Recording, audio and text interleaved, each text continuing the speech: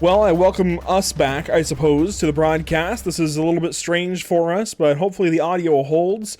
We are experiencing some technical difficulties on the network side, and it's not apparent as to what the issue is.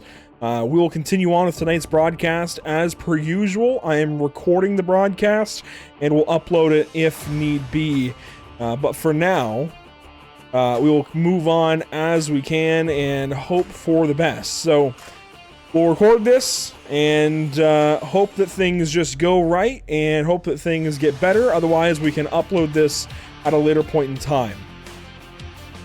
So, Zach, let's talk about point standings going into this evening. It's a little bit of a different picture than what we expected, I think, going out of IRP last week. Richard Wolsifer, 7 points in. Scott Fritz, 7 points out. Yeah, no, this is going to be one heck of a race for those two, just to be able to see who's going to take that final spot.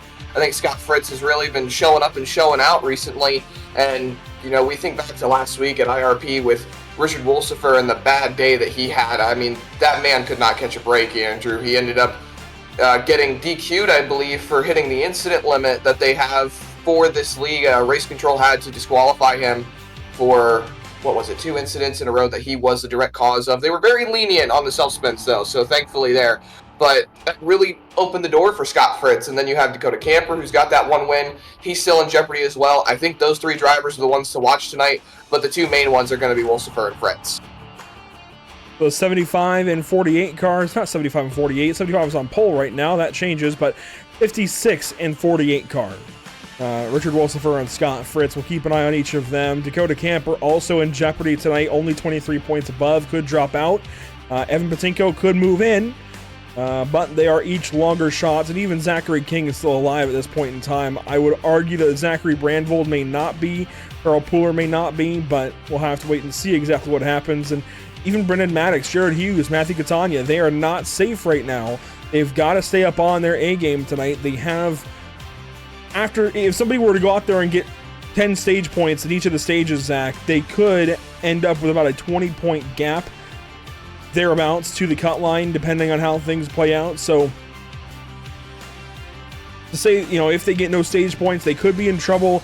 If they get stage points, I think they'll be okay, and we'll kind of monitor things from there. But we don't expect any kind of massive issues like that. I'm going to knock on wood, because once you say that, you know, of course, anything can't happen. But that's a look at the point standings in tonight's Duck Coat 200 at the Michigan International Speedway. Sorry, 250 rather. Duck Coat 250. As this is a 125 lap race. Let's take a look at qualifying, as cars have mostly turned their laps already. There's a look at Dakota Camper in the 3 car. He's got a win recently. Matthew Catania in the 18 comes into the pit lane here. And let's see who's on the racetrack still. Matthew Selby's on the racetrack, turning some extra laps. Zachary King is on his 2nd lap. And this is a driver we could have to watch this evening, Zach. It's not a drafting track, but draft is so important here. This could play into his wheelhouse. Yeah. These guys can operate this track as if it's not a drafting track, but it is in a way. You know, you can be fast here by yourself, but you can be fast in the draft as well. If you have the single car speed down and keep yourself open and available for the opportunity that maybe a caution could come out as well, you know, there's a lot of potential that can happen here. Here's what's going to be one of the fan favorite paint schemes of the evening, a Michigan State Spartan scheme. Or is it State of Michigan? I don't follow college sports. I don't know if it's State of Michigan or University of Michigan or Michigan State or Michigan University. I have no clue. Honestly, that's one thing I never got into. So we'll find out. And in all of this, thank you, Zach. In all of this craziness, with the network drop and everything, thank you, Zach. Yes, we still had B-roll on screen. That happens on occasion when you fluster the broadcast producer and throw everything at him all at once. Well, what do you expect? Anyways, that was a look at the Michigan State or State of Michigan, or I don't know. It's college sports. It's beyond me, but one of the Michigan-themed paint schemes in the field this evening. We'll take a look at one other here in a few. But let's take a look at the series schedule before we go down to the grid. This is Michigan race 13 of 18 this season. And Zach, this is a crucial point. No matter the circumstance or situation for whoever is in this race, This is a race you've got to go out there and try and win. This sets momentum going into the playoffs. This sets momentum going into the chase. And if you're Mason Houseman or Eric Jensen or Matthew Selby or Cody Dorsey or Patrick Hernandez or Nicholas Renner or Carl Pooler, it doesn't matter who you are. You want to win this race. This sets momentum for the end of the season. It does. And I think you can really... you can look at this from a different perspective as well, Andrew, looking at it from the guys who are locked in tonight, because we do have a number of drivers that are mathematically locked in tonight, whether it be from wins or just overall points. They can kind of treat this race more in the sense of pregame, kind of like the NFL. You know, you go out for preseason games and you go out for preseason practice, and you're out there to treat it as you want to win, but you don't necessarily have to. You're just here to gauge the competition overall, and treat it in the sense of, I'm going for my season now. This 5-race stretch for their chase, I'm just going to take it easy, and I'm going to learn. Let's take a look at this evening's starting grid, brought to you by Lucky Performance. Johnny Wood Jr. on pole, Dakota Camper from second spot. What a solid qualifying run for that 3-car. Watch out for driver number 3. Could he go 2 wins on this regular season? That would be impressive. Starting third, Mason Houseman in the 78 car. Coulter Clark looks quick tonight, starting from 4th position. Starting 5th is Matthew Catania. 6th, Isaiah Sutherland. Back in the 7th position, you'll find none other than Braxton Skinner. 8th place is Richard Wolfsfer, one of those 2 drivers we're watching. He's battling, of course, Scott Fritz, who is starting a little bit further down the order.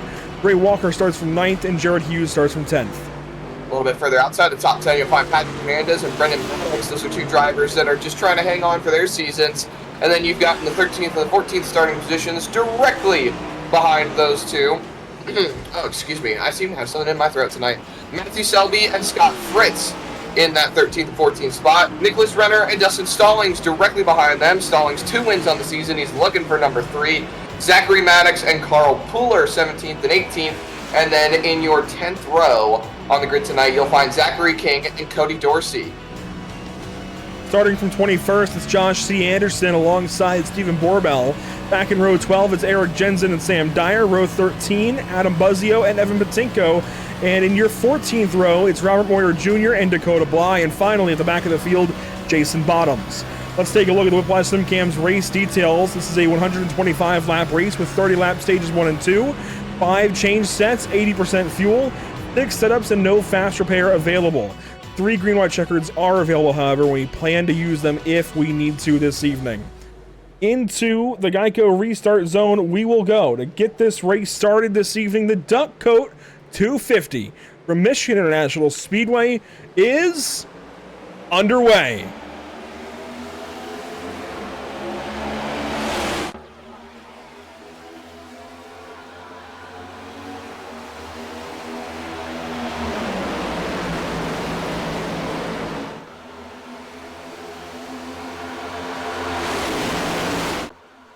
Dakota Camper loose off of turn 2, just hangs on to the race car. Mason Houseman jumps into that second spot. Matthew Catania's got a run on the 3 car, and they're 3 abreast into turn number 3 on lap 1. Isaiah Sutherland in that middle spot. We're going to get 4 right here.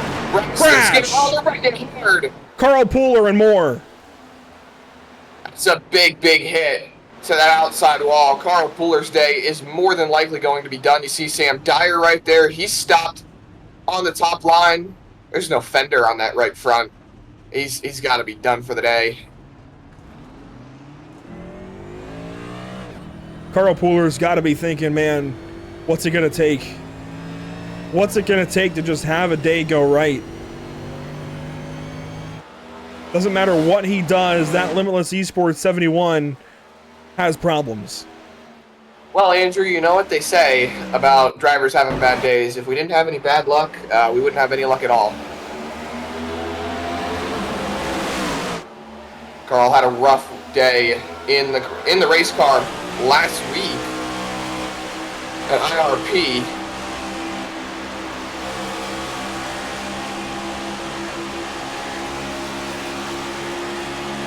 See him roll on the top side. Slots in right behind Scott Fritz. One driver that doesn't get involved in this. Thank God for him, because he wants to have a good day as well. Well into 3 here, Andrew. Oh, he just gets tapped by Cody Dorsey. He hung on to it for a long time, and then Dorsey got him again, and that really kicked that off. You see Stephen Borbell go sliding into it. Josh Anderson down on the bottom, too. Yep.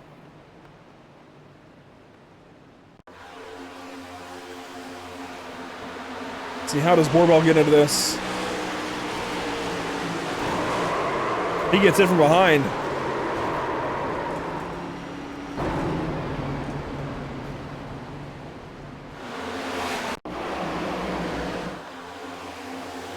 Watch this for Stephen Borbell. Is it Zachary King that gets him, or is it Josh Anderson? I think it's Josh Anderson that gets him. They all checked up right big, there. and you know what? Dorsey got him. Dorsey got the 71 on corner entry, but didn't get him the second time. It was just Carl Pooler trying to battle the race car through the corner, and it came back around on him. Let's watch this from the onboard. Inside the race car. Gets hit there, drifts, hangs on to it. It's overcorrected. It's the big thing in these race cars, Andrew, with this racket pinion steering. You know, when you crank that wheel to the right, a lot of drivers have described it as, you know, there's no feeling. It's like all of that response that you're getting from the front tires is just gone. It feels light. And it makes it difficult when you don't have that feeling or that sense of grip in the front end of the race car because you don't know where it's going to go. Right on board here with Josh Anderson, the Meatball Motorsports 07. There's the stack, there's the contact. It's a solid save right there, and I think I have a nomination for Lucky Motorsports Lucky Performance Lucky Break of the Day. Who was that on the inside of who was on the inside of Anderson that passed by him right there? We could take a look back and find out for sure. We'll watch from the tower here and get a whole overview of things. There you see on the right side of your screen the Michigan Wolverines, number 99 of Eric Jensen. Josh Anderson just ran right in the back of the 2 and then gets tipped by the 99 of Jensen. Goes for a slide, and right wow. There. Dustin Stallings, the other Michigan car. I'm calling it for my nomination for Lucky Break of the Day. That was close for sure. Down the back stretch, these guys are ready to go racing. Zach, is there a driver you have your eye on this evening? It's a bit of a cliche, but I'm gonna go with Scott Fritz. He's on the outside looking in. He's got a great shot right now to stay in front of Richard Wolsifer. Wolsifer's up running inside the top 10, though. So you see Scott Fritz. There's Richard Wolsifer, fourth in line on the bottom. 3 cars behind him is Scott Fritz. He's got to finish at least 8 positions or 7 positions in front of that 56. Let's see what we can do this evening. Back into the restart zone. Green flag on the way. Let's get this Duck Coat 250 started off properly. Green flag back in the air.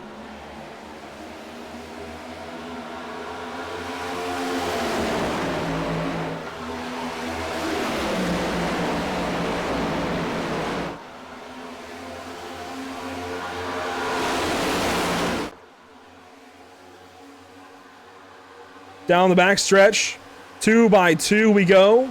Sutherland jumps in behind his teammate Camper, and everybody clamors for that outside lane. The thing about Michigan here, the outside line is really, really powerful, especially if you have the draft up there. You see a lot of them coming tough on the outside line. I remember back when we had the Icon Cup Series here, as they're 4 wide on the front straightaway. Coulter Clark below the white line. Oh, here we go. That's Matthew Catania in the outside wall in the 18 car. Problems for the 18. 2 restarts in a row. The initial start and now the first restart of the night. And we're seeing 2 drivers out of this race quickly.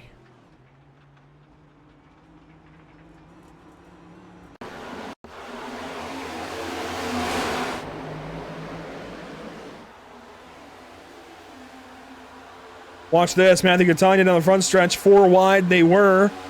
4 wide they stayed all the way to turn 1. Contact with Wolsifer.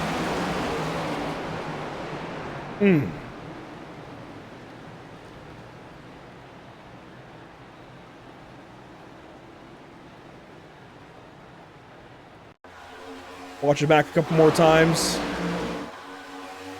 Braxton Skinner on the outside, Wolsifer and Catania in the middle, Clark down low. Catania just couldn't hang on to it once they made contact.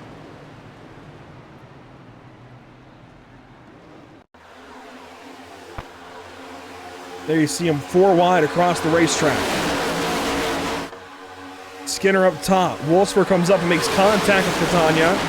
This will likely come back on Wolsifer and send him to the rear.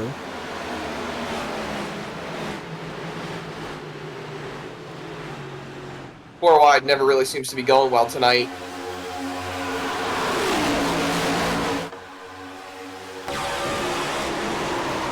Here for race control, they are going to give the penalty to the 56 of Richard Wolsifer, so that is going to be incident number 1 on the night.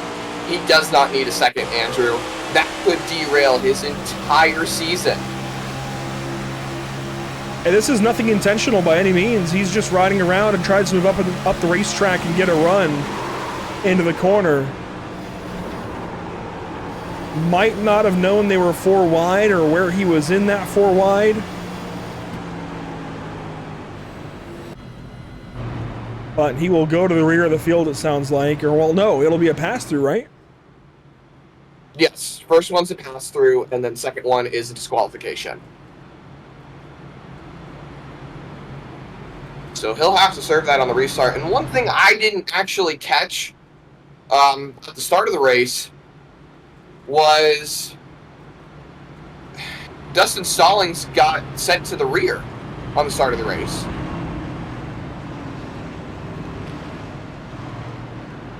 Dustin Stallings sent to the rear. Well, he's right next to the other Michigan car right now, I can tell you that much. I can't tell you why he would have been sent to the rear. But here is Maverick Motorsports number 0.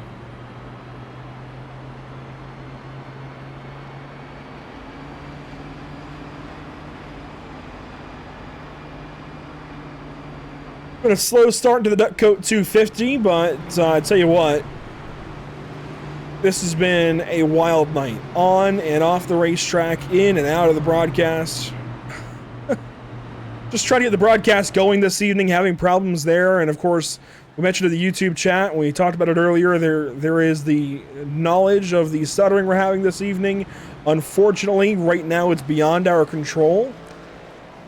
So we are recording this race as a backup and plan to upload it if needed.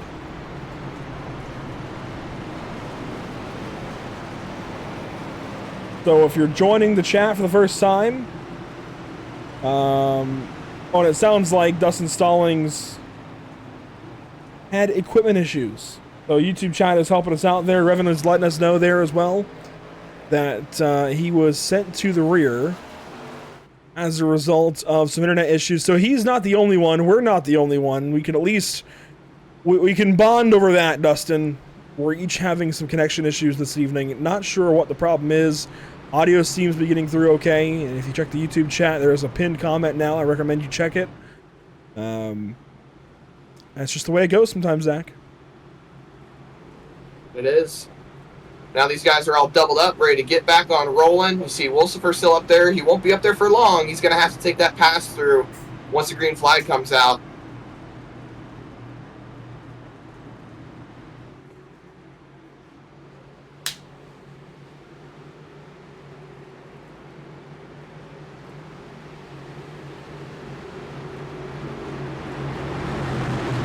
We'll roll around and come back to the Geico restart zone. There goes the iRacing.com pace car back to the relative safety of pit lane. And so here we go. Geico restart zone part 3 this evening. Green flag back in the air at Michigan.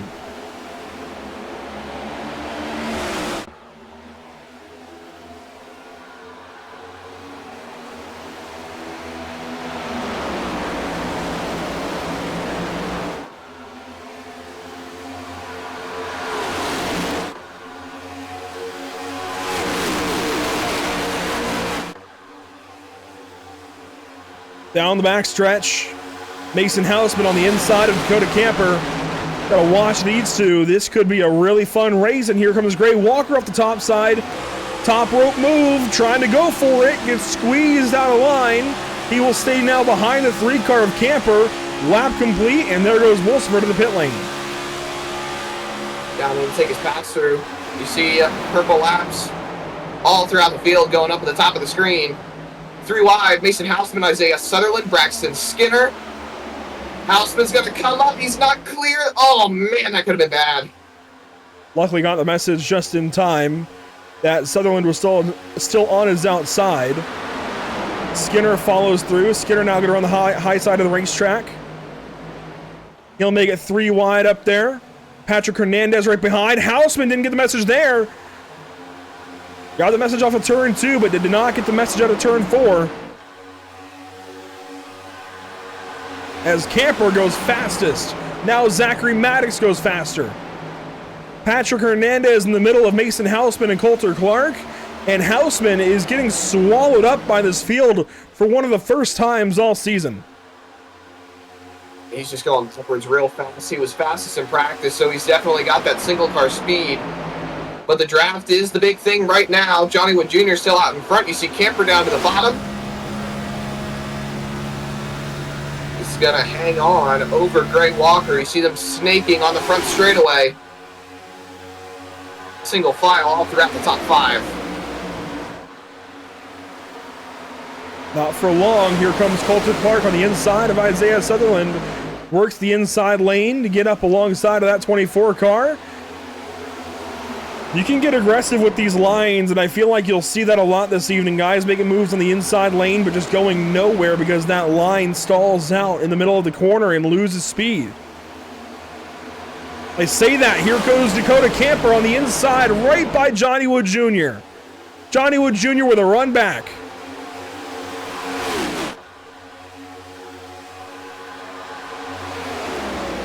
On the inside, Camper. Not going to be able to make that move. Wood's clear. Hangs on to it. You see them still fighting it out behind.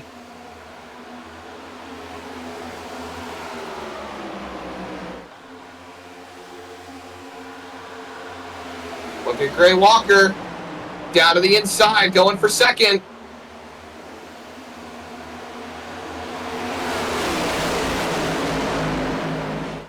Still side by side up off the corner. Now he's going to have that draft on that inside line. But Patrick Hernandez is going to pull in front, get clear for third. Sutherland now up on the top side. Here comes Coulter Clark on the outside lane. He gets a big run and goes right by Mason Houseman, rather, in the mirror of Isaiah Sutherland. That all happens quickly. Gray Walker now going backwards on the inside lane. Coulter Clark gets to the outside of the 25 car, and Coulter just squeezes right on by. I mean, there is just no room for the moves these guys are making, but they're making them stick. Whoa, that's not going to work. Coulter Clark checks down the racetrack into Isaiah Sutherland and just about right reared that 24 car. It's a great save by Sutherland. That is so far my lucky performance, lucky break of the day.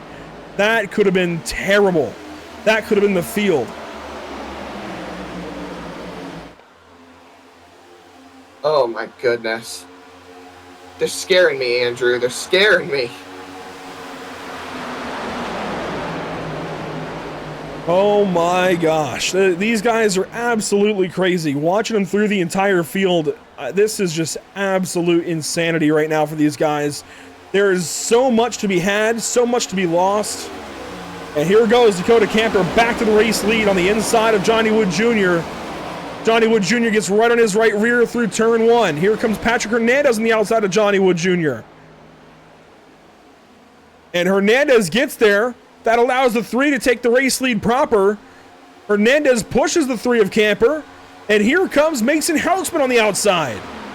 The way things change around all too quickly is rapidly unfolding as you see Carl Pooler right up the road. He is in jeopardy of going further laps down. He's already 9 laps down, looking to make it 10 here as the field comes up. Camper's trying to catch a draft. Here comes Hernandez to the outside. He's going to have Houseman giving him help.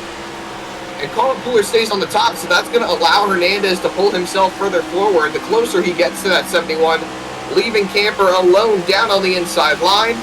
Clear, out and away. Patrick Hernandez leads them, and Houseman's going to try to move up for second. Problems in the back. Stallings in the wall.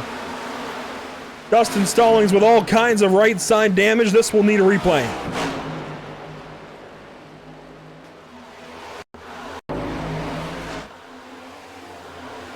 So here's Dustin Stallings racing with Evan Patinko and Jason Bottoms in the green and white 0 car.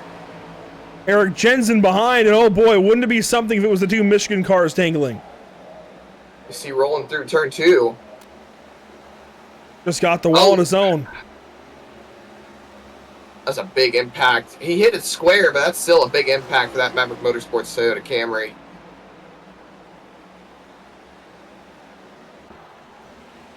He's still on the racetrack. I don't know what he's doing. Is he broke? He's got some room behind him, but he's throwing grass all over the racetrack here. I think he's trying to continue. The stage is only 10 laps away, but he's going to go a lap down, and he's going to be a hazard to the entire field. 1 lap down in the grand scheme of things isn't going to be a huge issue. Well, but here he is in turn 1. Here's the field in turn 3. That half racetrack is going to get closed up quick. True, but he will get the free pass at the end of the stage when the caution comes out. Problem is, he's creating a hazard for himself as Coulter Clark grabs the wall a little bit. They're spacing out 3 wide back there, a couple rows deep. He's going to slot in line, get back to 2 wide. It's 3 wide behind him. Braxton Skinner's in the middle of that.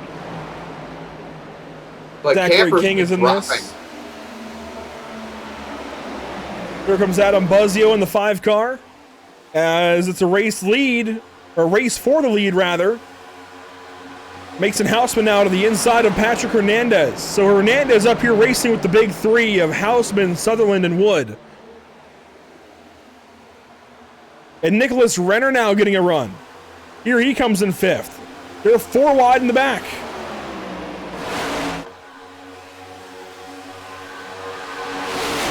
Sutherland to run. He comes up right behind Mason Houseman. That's all for the race lead now. 4 or 5 cars under a blanket.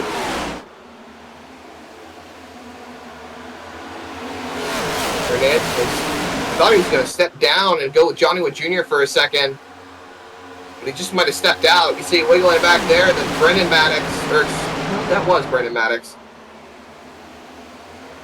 Renner on the bumper of Hernandez. Seeing where they can go. Renner decides to go to the bottom and push Johnny Wood Jr. Everyone slots down the racetrack to stay with the draft, so that leaves Hernandez by himself. He's got Gray Walker behind him, but here goes Renner down to the inside. Renner working the bottom of the racetrack there, bobbles off of turn number 2. Hernandez in that 91 car has looked oh so good in this opening stage. Let's check in on where that 0 car is. Here he is into turn 1 now. It seems like he's gotten a handle on things. There's the field in turn 4. He is still losing time, but they might not catch him just yet. There was contact between Hernandez and Wood off the corner, more contact at the stripe. Side by side they stay. Camper, Selby, Walker, they all made up time. Into the quarter panel, and you've got Camper going right into the wall. So Hernandez could have gone around right there. Doesn't, stay straight. Renner falls back a little bit. Camper falls back with him. Buzzio moving past Selby right now, or at least trying to. With Gray Walker right there in front of them. Camper staying in front of Renner. And the battle right now for the top 10 in the stage comes down to Zachary Maddox and Matthew Selby. They are just on the inside of these stage positions and would have stage points as things stand. Zachary King, first car out. Now Brendan Maddox on the inside to be first car out. So Brendan Maddox going to fight his brother Zachary Maddox for that final position as Isaiah Sutherland has got to run on the inside. Johnny Wood Jr. pushing him. Getting that 24 out in front. That Jeff Gordon throwback leading the way here at Michigan.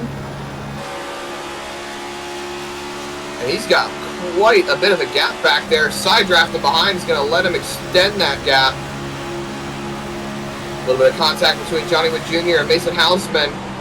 Riding on board with Hernandez. He's back into the mix. 3 wide. Renner on the middle, or in the middle, on the inside of Hernandez. Camper's going to squeeze on by. Might be the beneficiary of it. That he is. Gets clear of both of them. Brendan Maddox now into a stage point position. Would get 1 stage point here. Selby would get none. And where is Scott Fritz? He's back there in 13th. No, 14th. He's got to get up there, Zach. If he can do anything here, he's got to get stage points to make up points on Richard Wolsifer. This is an absolutely perfect opportunity for the 48 car.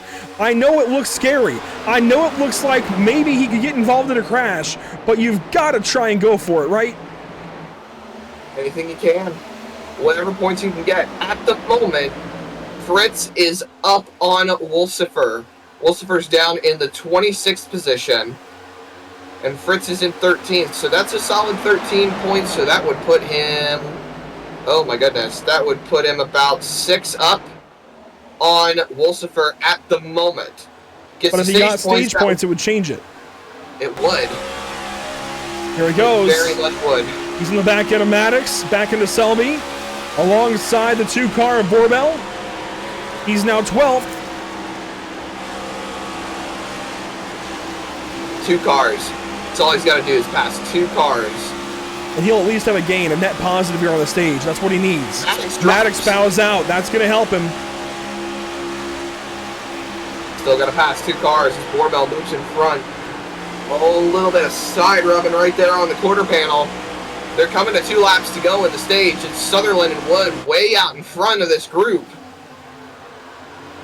Watching the 48 of Scott Fritz as he tries to make the chase this evening. Tries to join his teammate Matthew Catania on the inside. He would leave Selby on the outside.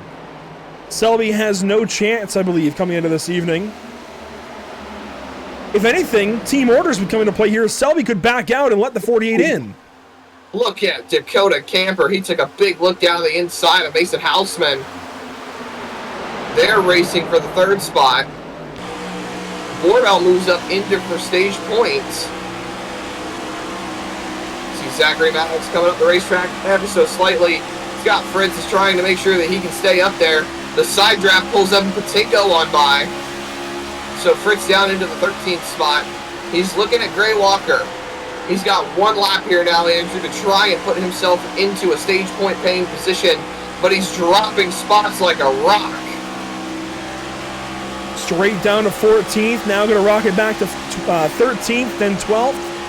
He's got to find something here in the final 2 corners. He's going to dive on Evan Patinko here for 11th spot, but he's still 1 spot shy as they battle for the stage win up ahead. It's going to be Isaiah Sutherland blocking down the racetrack. Johnny Wood Jr. going to have to settle for 2nd. Sutherland wins the stage, and Scott Fritz will have to settle for no stage points, but a crash. A crash on the outside of the racetrack. Problems for Dakota Camper. Big impacts back there. Camper goes through the grass. Looks like he's clean. But Zachary Maddox, well, he didn't fare any better. He's done. The motor just let go. You hear it winding down.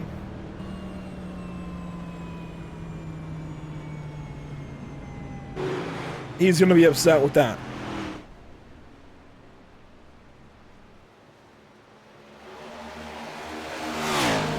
There's Isaiah Sutherland, your stage 1 winner.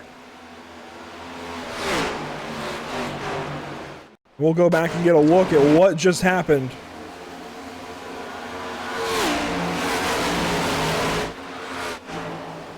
Look at Sutherland blocking Johnny Wood Jr.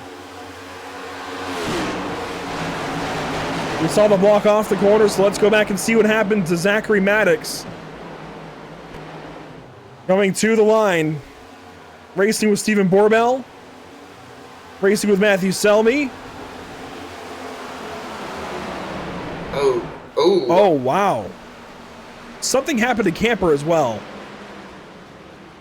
And Maddox and Selby already do not like each other. If you have followed anything in the Discord chat, you would know that. These guys are not fans of one another. What happens here? Okay. Hernandez, Hernandez checks up for the spinning camper. Selby didn't see it, or didn't get the memo or something. It stayed in the gas. Maddox tried to come up and miss it, and comes across the nose of the 46 car. So how does the 3 end up in this issue? What happens to him? He's fighting with Renner. With Renner and with Houseman. Houseman dirty blocks him.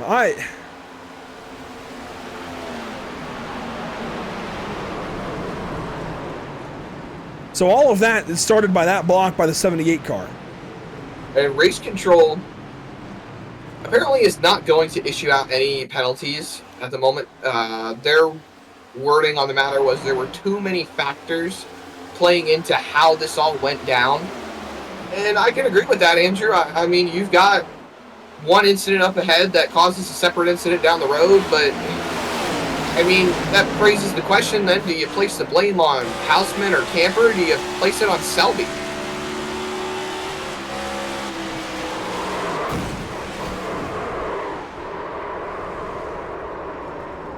That's a really tricky situation. Let's give Selby the benefit of the doubt here and watch his onboard inside the car.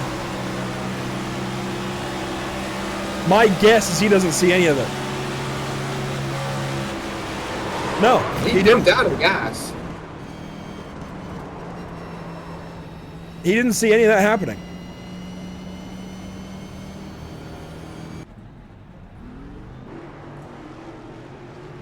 You did hear him jump out of the throttle, though.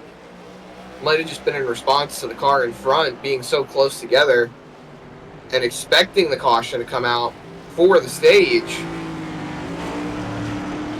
But you're right, Andrew. He saw nothing going on in front. Let's quickly dial up our Stage 1 winner this evening, Isaiah Sutherland, who wins Stage 1 over a really, really hungry field. It seems like you're used to getting these stage wins talking to us. You got the Stage 1 win at IRP, if I recall correctly. And what is your secret? I mean, what is it? It doesn't matter what racetrack. You're always up here contending for a stage win at the very least.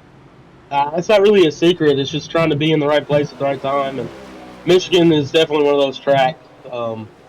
Makes me a little nervous out here because it's kind of like a packed super speedway race in a way. It takes a long time for people to kind of calm down and single file out. So you really just got to play your game right, almost like a super speedway race, and stay in the draft and also try to take care of your stuff as well. So, yeah, I feel good winning these stages. Just got to close these things out and get a couple more wins in a while. So hopefully I can try to keep up with the pack here and keep up with my car as well, not get any damage, and see what we can do. We got my teammate beside me here, so hopefully this can go pretty well here.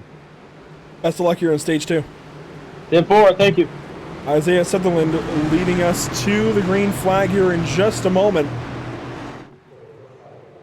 Let's see how this goes. Stage number 2, there's a lot on the line here, racing to lap 60. Green flag, back in the air.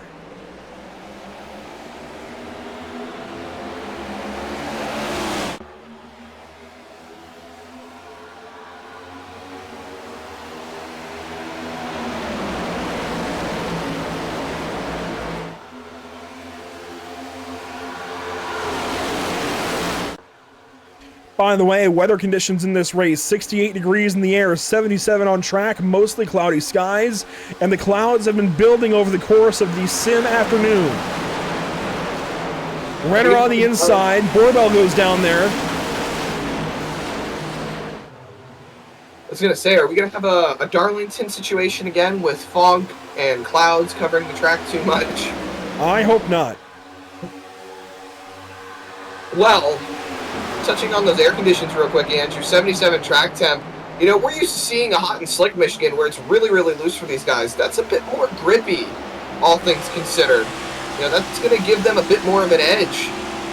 So you see Dakota Camper falling back in line right behind Renner, or excuse me, behind Hernandez. They have similar looking colors. It threw me off there for a second, but Hernandez going for the race lead, 3 wide behind, Buzzy up on the top side, Camper in the middle, Borbell on the bottom. it's going to start changing things up a little bit. Adam Buzzio coming into the fray.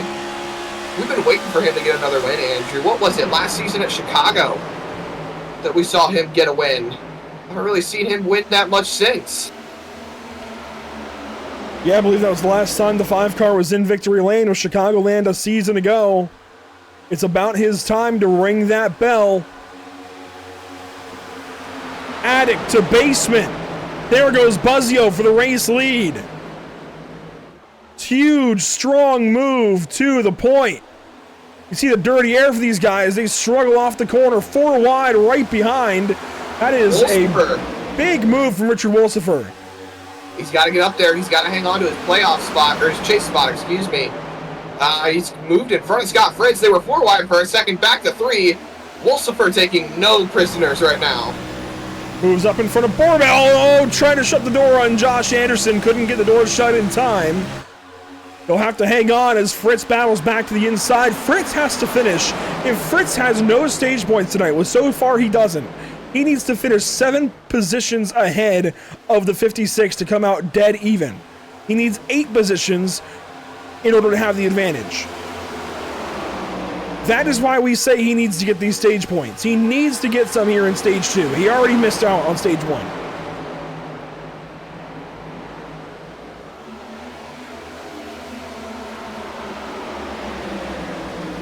Three wide, Wolsifer, hang on to it. Oh boy. He's gonna fall back. Fritz takes the spot. Fritz now runs about 12th. I mean, it's hard to say. The positions change every moment. He gets loose. Here comes Wolsifer back on the inside.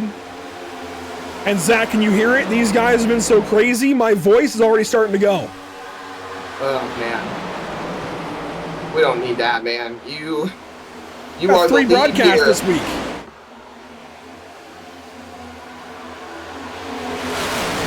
Off the corner, Patrick Hernandez, Zachary King, side by side. I don't know where Zachary King came from, but hello and welcome to the fight. To the inside. Oh, Hernandez pinched him way down there. Didn't give him a lot of opportunity. Now they're all stacking up, contact in the wall. There's single file up there. 5 cars. You could throw them under a blanket. Zachary King trying to get into the mix. Up off the corner. Gets in line. Hernandez now on the bumper of Buzzio, leading this race. Look at Fritz in the middle of a 3-wide situation. Sutherland underneath him. Fritz has got to hang on to what he's got, Andrew. He's got to get these stage points, especially with Wolsifer down the running order again. Move Fritz back into contention. He's got the nose in front to make it into the chase by about, what is it, 7? He's 10 spots in front, so about 3 points up right now. Plus the stage points, that would put him 7 points up right now.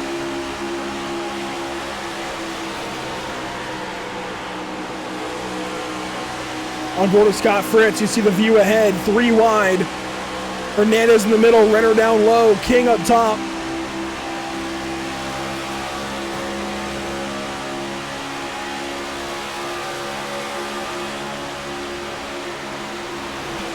Here goes Scott Fritz to the middle of the racetrack.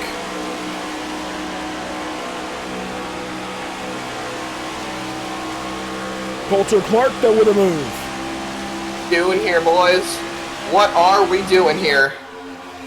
Racing. I love this. I knew you were going to say that. 3 wide. Johnny Wood Jr. in the middle. Scott Fritz in the middle. Renner comes up to cover off Fritz. Slides all the way up the racetrack. There was almost contact right there. Gets in line. Now Fritz to the inside. He's going to side draft off that 11 car. This could be huge for Fritz. If he plays his cards right, he could roll up to the lead. And who's up in the lead right now? That's Zachary King and Patrick Hernandez duking it out. Buzzio right behind them. You see Maddox next to Buzzio. Out the windshield of the 48 that was.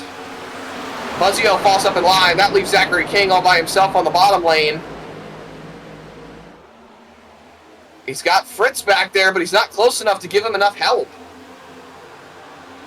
Maddox to the bottom. All the way to the bottom. 3 wide for the race lead. 3 wide across the stripe there. Brendan Maddox going to charge out ahead. So he goes up to the point. Here comes Scott Fritz now for 5th, now 4th.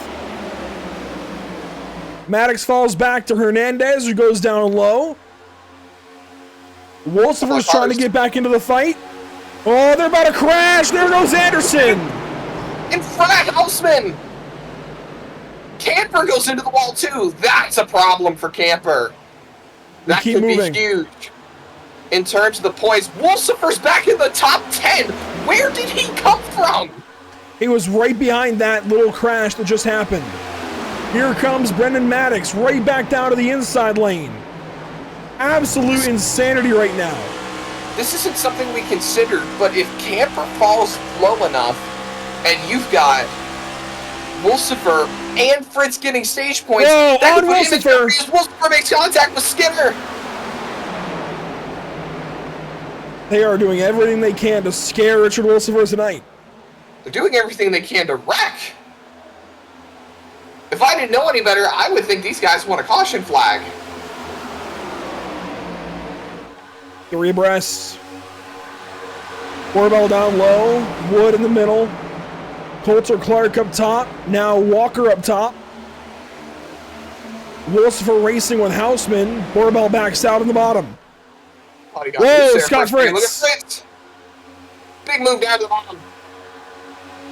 He got nudged down there. Zachary King up top that he's fighting with Johnny Wood Jr. right behind that 48.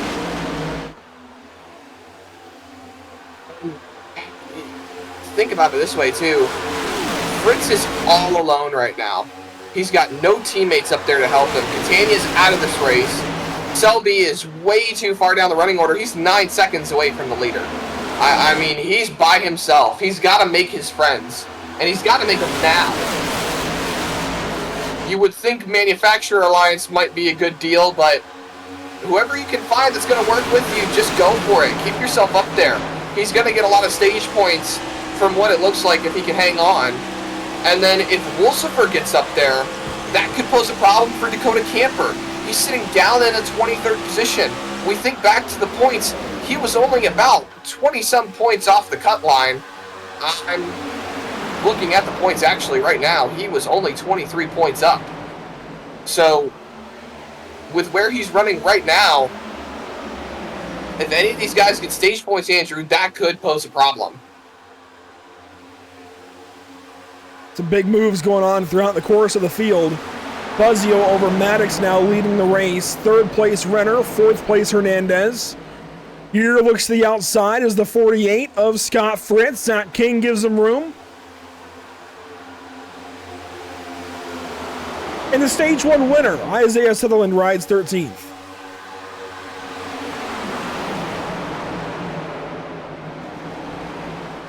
Coming up on 10 laps to go in stage number 2.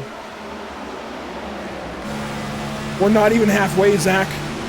Yeah, I was trying to think of a pun real quick of how tense this situation is, but I got nothing. Absolutely nothing.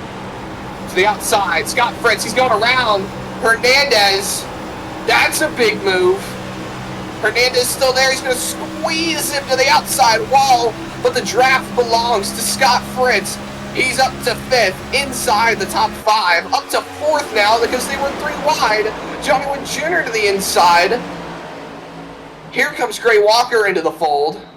He's got help with Mason Houseman right behind him. Hernandez is going to slot in line.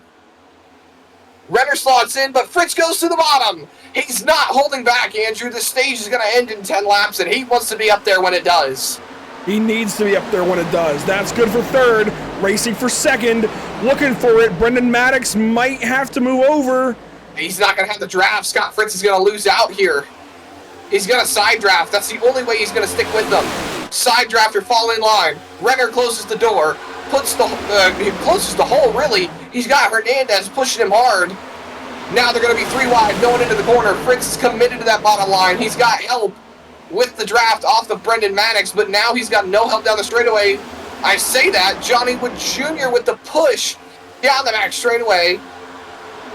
Ditches him ever so quickly going into turn number 3. Yeah, Johnny Wood Jr. has to think about the fact that if he helps the 75 car, or helps the 48 car rather, that is working against his teammate Richard Wolsifer. So Johnny's got to think about that here when he gives those pushes. Wolsifer, though, right behind this little group. He's in 10th. Here he comes. Sutherland. Are we going to get 4 wide here? We're definitely 3. We almost were 4. Almost. Fritz in the middle. Hernandez, help from behind with Johnny Wood Jr. Renner falls in line now on the outside line. Contact between Sutherland and Fritz. They're back to 3 wide racing. Gray Walker on the outside line. Now with the 3 wides in front with Johnny Wood Jr. in the middle. Sutherland to the inside. Those Racer for Christ Chevrolets are side by side up off the corner. Hernandez to the top side. He's not giving him any room here. All while Buzzio and Maddox continue to battle it out for the race lead. Renner in 3rd. This has been one of the best fights ever. And now Johnny Wood Jr. gets into Nicholas Renner. Where's Wolsifer? Where's Fritz? Fritz gets a piece. Wolsifer gets a piece. Big piece. Locks it down. Oh, big hit. Moyer. Robert Moyer Jr. and Jared Hughes there. Big hit. Per race control, this will not be the stage yellow. Oh, Big hit for a Wolsifer lot nearly of had timers. another piece. That is right front damage to the 56 car. He's definitely got a piece, I'll say. He's got damage on that race car, so he's going to have to do something to help out with that.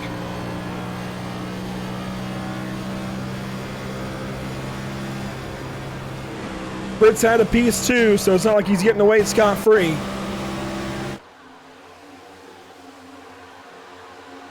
It all starts with Johnny Wood Jr. and Nicholas Renner. About half a lap prior, you see the 3 wide up in front. Johnny Wood Jr. and Isaiah Sutherland are racing real close together. You've got Hernandez side scraping the wall just a little bit. And then this is where it all unfolds. Going into turn number 1 here. Renner is up on the top. You see him cut to the middle. I think he just comes down a little bit on Johnny Wood Jr. and then Johnny Wood Jr. spins around. Hausman tries to check up, gets hit from behind by Wolsifer. There you see Hughes. Oh, man, right side of your screen, Robert Moyer Jr. going around. Let's check the impacts here for Scott Fritz and Richard Wolsifer. Fritz here first. Gets into the 75. A little bit of damage. That'll be okay. That's cosmetic. A buff out. My concern is the 56 car of Wolsifer. He stacks up into Mason Hausman. I would have stayed high right there. I would have ran that car high. But it's hard to do really anything when you can't see much going on in front of you. Good job locking it down and not sliding to the inside wall. Gets that car back rolling. We see right here on the onboard, does he have any steering damage? Ooh, has to quick avoid Robert Moyer Jr. sit in the middle of the track. That wheel's straight, Andrew. So I would count my blessings there. You want to talk lucky performance, lucky break of the day? There's a nomination. No, I'm going to nominate the 48 car. This could have been so much worse. You know what? You're not wrong. Oh, man, Moyer got hit There's hard. the impact behind. And per the incident, I would guess, Race Control has deemed the 11 at fault, saying that Renner did come down on the 75 of Johnny Wood Jr. So that's going to be a pass-through penalty for the 11 car when we take the green flag here. And this is not the stage. They're not going to call stage here. So Brendan Maddox out in front, Adam Buzzio, Isaiah Sutherland, Patrick Hernandez, Gray Walker, your top 5. Then it's Fritz, Renner, King. A couple of cars right behind them.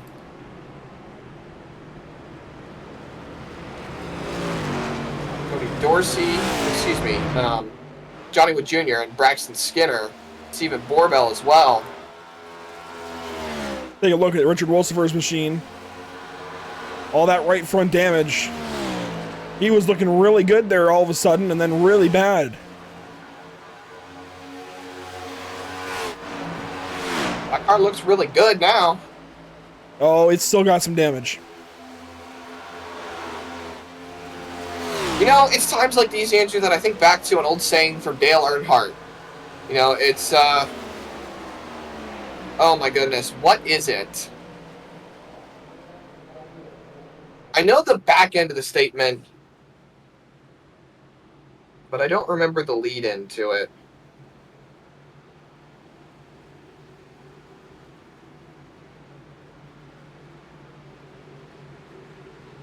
There it is. The winner ain't the one with the fastest car.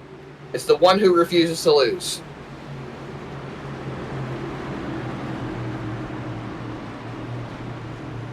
We'll see who's able to refuse to lose this evening. This is going to be a dogfight of a restart. Adam Buzzio, Brendan Maddox, Isaiah Sutherland, Patrick Hernandez, Scott Fritz, Gray Walker, your top 6. That's to your first 3 rows. And here we go. Back to the restart zone. Green flag back in the air. Brendan Maddox leads us.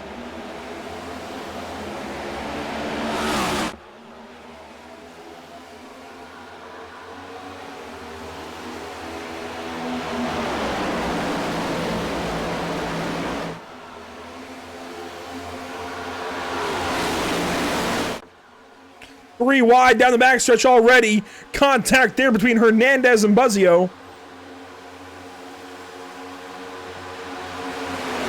Sutherland falls in line behind that 5 car.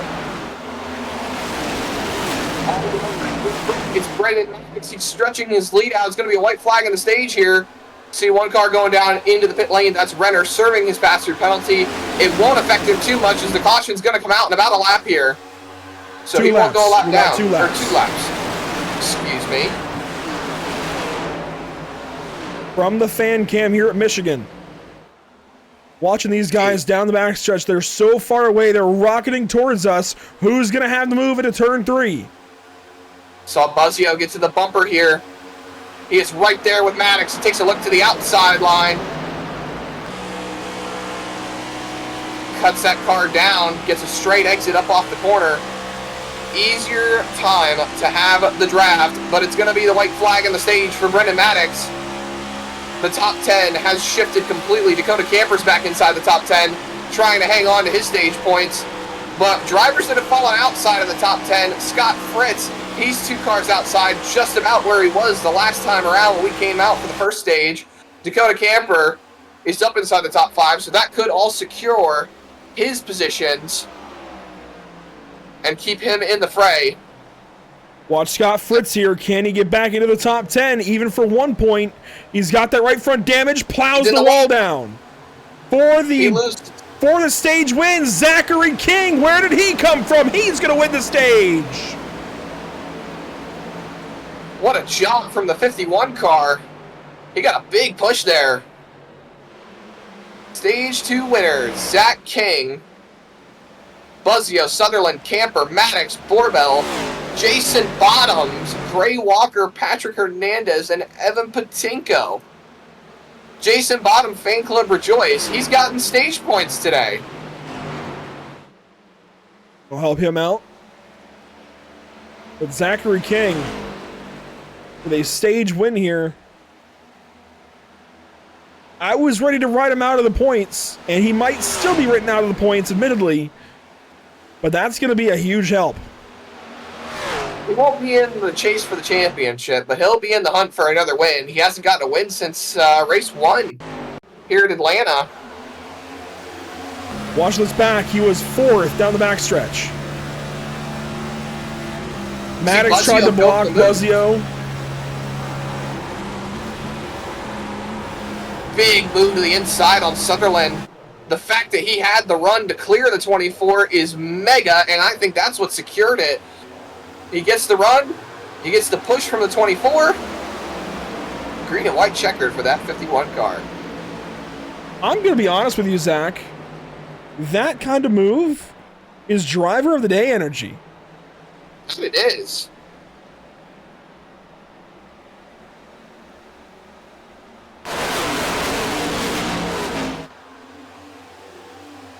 You see there's the move from Buzzio. Maddox tried to block it, couldn't do it. Zachary King just paints that yellow line. And you know what? He had new tires. That's part of it. That's very true. Tires are a big thing at Michigan. They really contribute to the overall race product, and it gives. Yeah, there's always tire advantage. Jason Bottom stays out here. Everybody else comes in.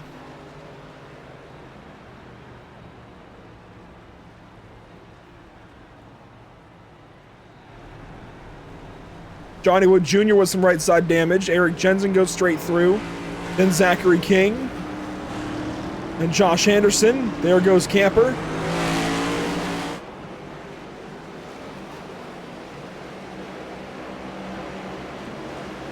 Camper with a solid performance in that second stage. Those stage points are going to be crucial to keep him in this playoff hunt. It is now, to my knowledge, that Maddox should be locked in if we're talking about points, because mathematically speaking he wasn't, but he should be locked in on points. And well, really quick while you work on some math, Eric Jensen takes fuel only. Jason Bottom stays out. Zachary King takes 2 tires and heads back out on the racetrack along with his teammate Josh Anderson. Let's talk with Zachary King and Zachary Zachary Murtis. There we go. 2 Zachary M's. While Zachary Murtis works on some points in the background, we'll talk with Zachary King, the Stage 2 winner. What if we have the little Zach and Zach show in the booth here?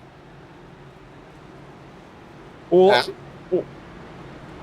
say what? We'll ping pong. If I can find Zachary King, there is Zachary King, way up top.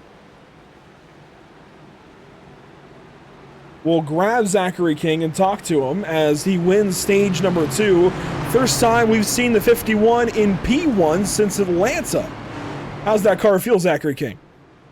Yeah, the car just felt really good. As soon as the race start happened, I just kind of remembered what happened last night in the practice race, and just once I gripped up, the car gripped up, it just took off, and it was like letting a bird out of a cage, and it just took off straight to the front. It was really nice. Led some laps earlier on in the stage, but yeah, very happy with this K1 speed made by Motorsports Ford Mustang.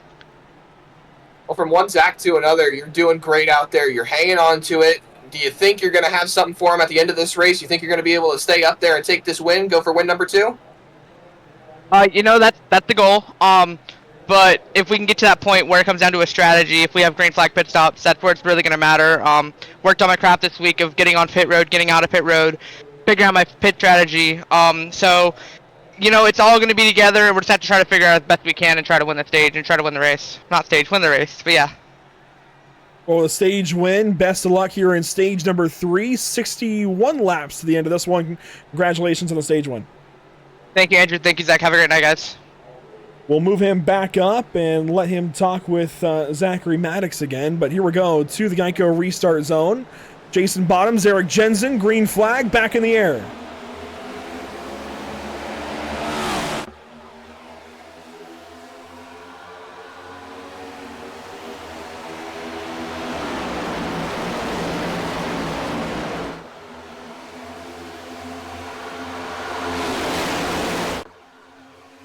Whoa, Eric Jensen way up the racetrack. Jason Bottoms leads down the backstretch.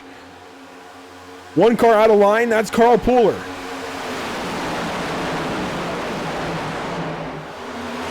Tied up in front for that second spot, though. Zachary King to the inside.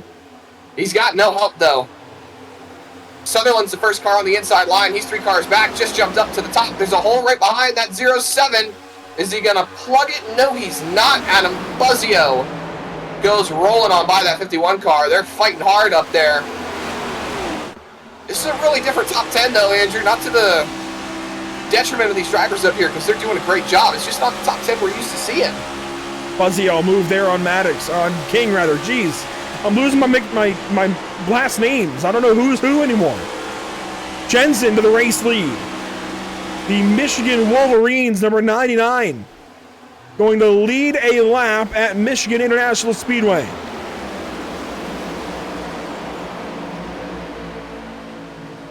Changing of the guard up front. Jason Bottoms is up here. A lot of different players. Jensen, Bottoms, King, Anderson, Clark. All drivers we're not used to seeing in this top 10. And here we go. Battle for the race lead. Jason Bottoms to the bottom. I've been waiting all season to say that. His last name to use. Jason Bottoms is now going to lead laps here at Michigan. 87 car out in front. Jensen right behind. Zachary King in tow. Josh Anderson, Dakota Camper out of Buzzio. Coulter Clark, Borvell, Maddox, and Houseman, your top 10. And as soon as he got to the front, he's quickly fallen back. He ran the outside line. Bottoms now into third. Zachary King gets the nose in front of the 87, but Jensen clears for that race lead. Buzzio all the way down low. King through the middle. Anderson sits back. Camper is in this group. And these guys are separating from the middle. Crash! Coulter, or no, Gray Walker, so many crashing. Scott Fritz is in the middle of it, but I think he gets through. He does. He was right behind Braxton Skinner when that all went down. Nicholas Renner, Gray Walker, they're involved. Patrick Hernandez got a piece of it.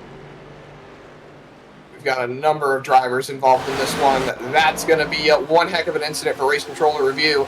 And I think we've got another nomination for Lucky Performance, Lucky Break of the Day. It's going to go to Scott Fritz.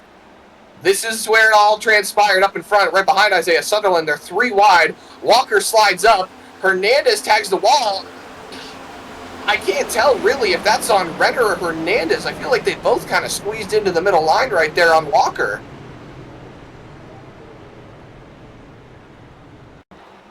Let's watch it back. Watch the 91 off the top side of the racetrack here. We'll slow it down. Comes down. He came down. Hernandez came down in this case. And look at Renner into the wall. Fritz could have easily been involved in that mix. Whoa, Cody Dorsey. That's going to be a one to look at right there. Give us 1 second to get to it.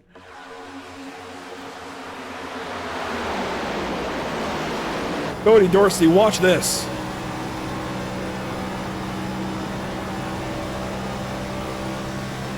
They're wrecking up front. Through the middle. He almost got tagged by Carl Pooler and pushed into the mix, so that could have been way worse than it was. Lucky performance, lucky break of the day right there, possibly. And let's watch this now for Scott Fritz. Fritz is clear up top, slides up. There's the wreck. Nearly got run over by Patinko. It wasn't as close as I thought it was, but with the implications that it presents with Fritz trying to make the chase tonight, I feel like that deserves a Lucky Performance, Lucky Break of the Day nomination.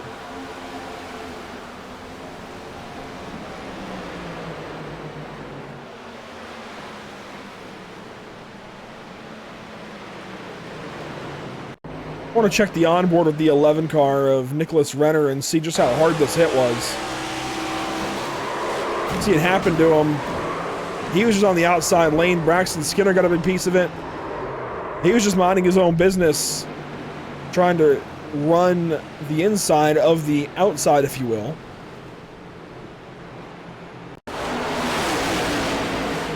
Braxton Skinner right behind all of this. Similar deal. Minding his own business.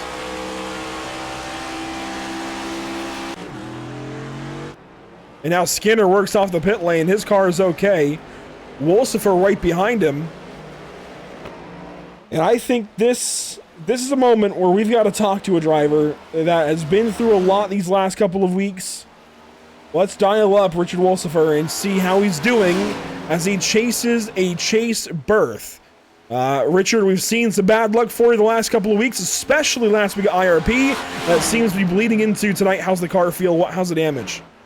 Damage feels pretty bad right now. The car wants to push pretty bad, so that situation where we got into the wreck earlier was 4 wide. Didn't know we were 4 wide, so that kind of put a damper on the run tonight, but mood's still high. Still feel like we got some speed, got some chance here, so I was just kind of lucky Fritz didn't get any stage points there, so just got to stay basically within 7 places of him, so still got a chance. We're still in it.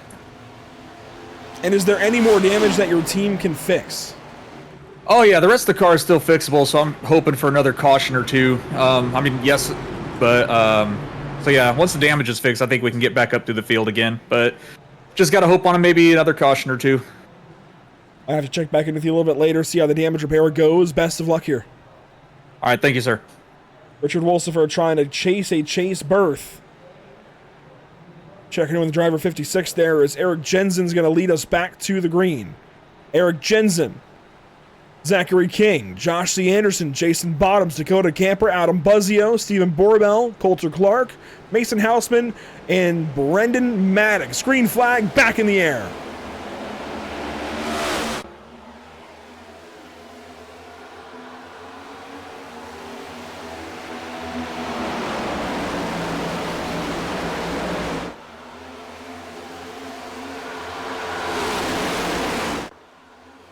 Here comes Jason Bottoms. He's got to run. He's on the outside.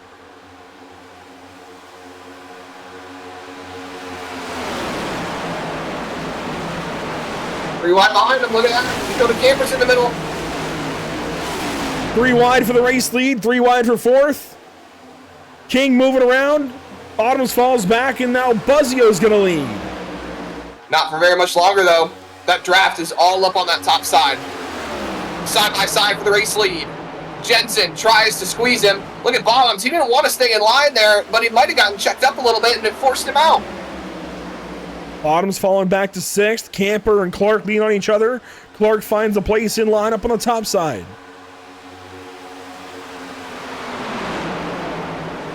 Coulter Clark gonna rim ride all the way to that outside lane. Dakota Camper's back. He's in 3rd. Tight to the wall. Most of these drivers look like they're scraping it. I'll drag him down as they go across the straightaway, or down the straightaway. 3 wide. There's some contact though. Dakota Camper pushing Jensen into the corner. Might push him past Buzzio. Doesn't look like it's gonna happen. But they're 3 wide behind. Bottoms up top. King in the middle. Borbell trying to fight for it. Houseman coming back into the fight. Scott Fritz is right behind him in tow. On board the BRB merch hauler, number 2 of Stephen Borbell.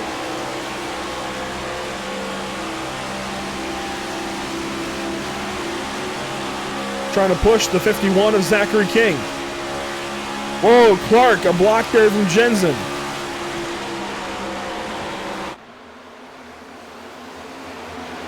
And Jensen's going to surge the race lead. Maybe not. Buzzio has the run on the outside.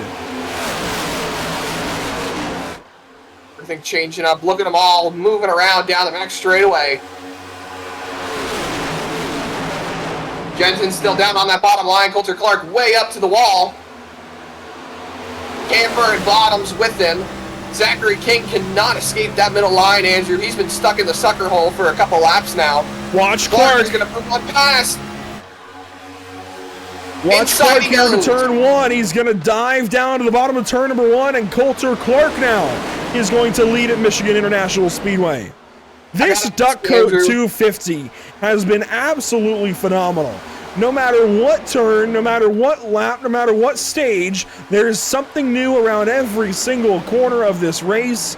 Something new. Every single lap. Everybody just, this is cutthroat racing at its finest. This is amazing. You say new, and I'm going to ask you here, I'm going to put you on the spot a little bit. What are the odds we see a first-time winner on the season tonight? Very, very high compared to most racetracks. Look at Jensen back down to the bottom. To the inside of Borbell. He's going to get to the inside of Buzzio. Bottom still rolling that top side. He's committed to it, even though he's got no help. Zachary King moves on by that 87. But Jensen trying to make that bottom line work for him. He's got to run back down to the bottom of Borbell. Look at Scott Fritz with a big move to the inside. He's pulled up to Zachary King. And he's a ways ahead of Richard Wolsifer, who runs 20th. This would be good enough to move Fritz into the chase if he can hold on to it. I will say, as we pass halfway in this race, per the point standings, if I'm not mistaken and my math has been done correctly, Jared Hughes and Matthew Catania should theoretically be a lock. I want to say it's very iffy on Catania because he is 29th out of all these drivers. I mean, that's a big if. The big thing that I'm going off of right now is that Camper got stage points, and that should theoretically put him as a lock as well. So the fight would be between Scott Fritz and Richard Wolsifer straight up on points. Neither of them got stage points, so it's a straight up dogfight to the end. Yeah, Catania is going to be barely scooting on into the chase at this point.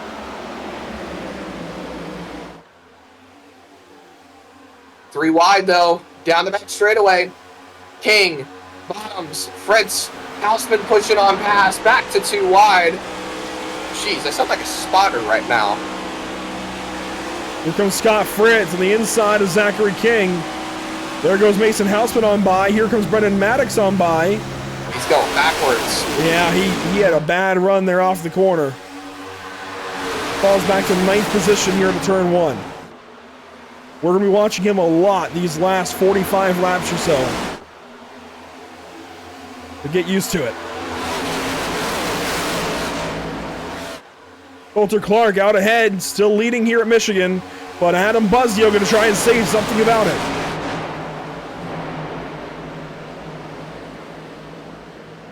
Meanwhile, cars are everywhere in the back. Bottoms, Dorsey, Patinko, Bly, that whole team all over the place. Gray Walker back here, Johnny Wood Jr. Man, this is just absolutely insane. Insane? Insane. I tried to mix insane and insanity there, and it just came out insane. I don't know. It feels like, at least to me, I don't know what you're going to think about it, but it feels like the front and the back of this main drafting pack has flipped from what it was at the start of the race. All I know... A couple of drivers still lingering, though. All I know is I'm enjoying it as Camper slides off the corner, some contact in behind. Hangs on to the race car, but only just. I don't know whether there were Josh Anderson. Coulter Clark way up the racetrack. Here comes Adam Buzzio. He'll go right on by. Maybe not right on by. Coulter Clark coming down the racetrack to side draft, but Buzzio's not going to let him be able to do it because he knows if he keeps his momentum going into 3, he might just be able to clear that 54 on the bottom, rolling through 3 and 4. Adam Buzzio back to the front of the field. Here comes Coulter Clark with a run. Is he going to dive back down, or does he hold him behind the 5 car? He dives. To the bottom. And crossover. So a big slide job, big crossover out of the 5. This is peak Michigan racing. Tell me about it. Big block from Clark. Here comes Borbell. I think it's worth noting, Andrew, we talked about it just a bit ago, what the odds are of seeing a first-time winner on the season. 7 of the drivers in the top 10 do not have a win this season. That being Buzzio, Clark, Borbell, Patinko, Brendan Maddox, Scott Fritz, and with Johnny Wood Jr. moving back in, that takes out one other driver, and Eric Jensen's the only other one that does not have a win on the season. Actually, I still think that makes 7. I believe so. Everybody but Houseman, Sutherland, 7. and Wood would be looking for their first win on the season. Oh, Fritz in the wall! Jake, you owe me a soda. That was a big slap to the outside wall. Take a look at the right side as he comes on around. Yeah, you see it's punched in along that fender. That's going to give him some aero damage, but he's still in the top 10, Andrew. He's still rolling. And that means the fight is still alive for that 48 car. We'll go back and see just what happened to the 48. Down the backstretch, that car was looking good. It was inside the top 10. He now runs 9th live, but what happened here? Oh, Ooh. Clark kind of tail whipped him into the corner. Little car foo action for you right there.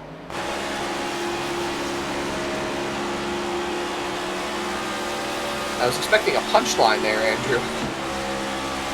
Well, watch Coulter Clark. Not Ooh. quite clear. I mean, he was clear, but the hole closed way too quickly. And now Scott Fritz falls back to 10th. That He's could still- be the difference between that 48 car making and missing the chase. He's still ahead, though. That's For the now. big thing here. By 9 positions. He would have it by 2 points right now. But that's not a good margin.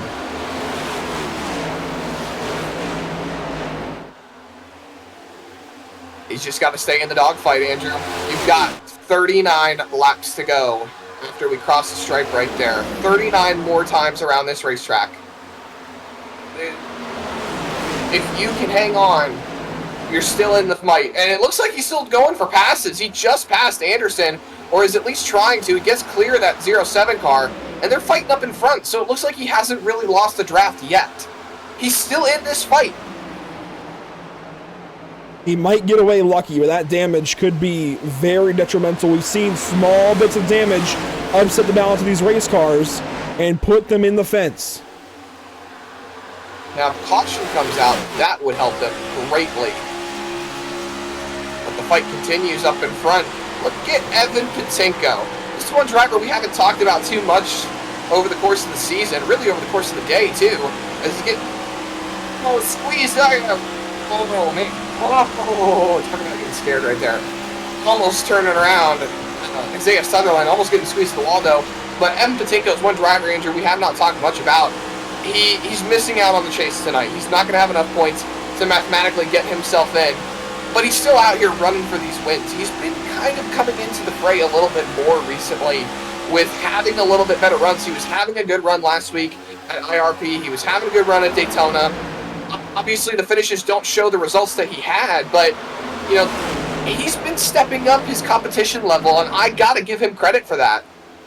Oh, nearly a moment. That was a moment with Isaiah Sutherland. Here comes Johnny Wood Jr. to go by the 81 car.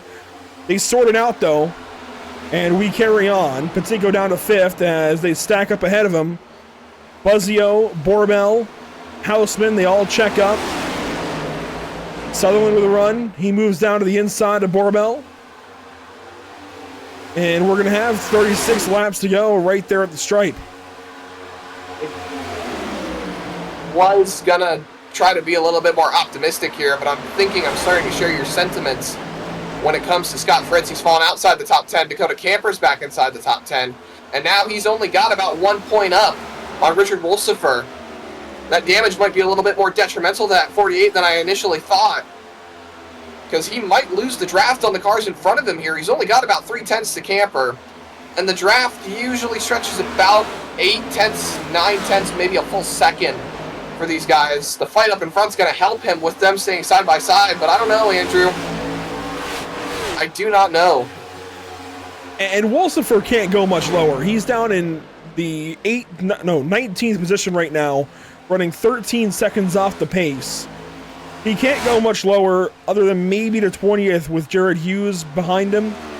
He's kind of right on his own at the moment, just literally on his own, nobody around him. So for Fritz, you really got to think about just going forward. You can only go forward. So he's got to get that damage fixed at some point, but of course it's going to take a caution flag, and I don't see one happening necessarily anytime soon. These guys have gotten the longest green flag run of the night in this run. Sutherland moves up to the race lead over Buzzio and Wood. This thing could go green to the end because they're spreading out so much. You're not wrong. With not too many fights, there's not really open opportunity for a caution to come Look out. at that, single file all the way back.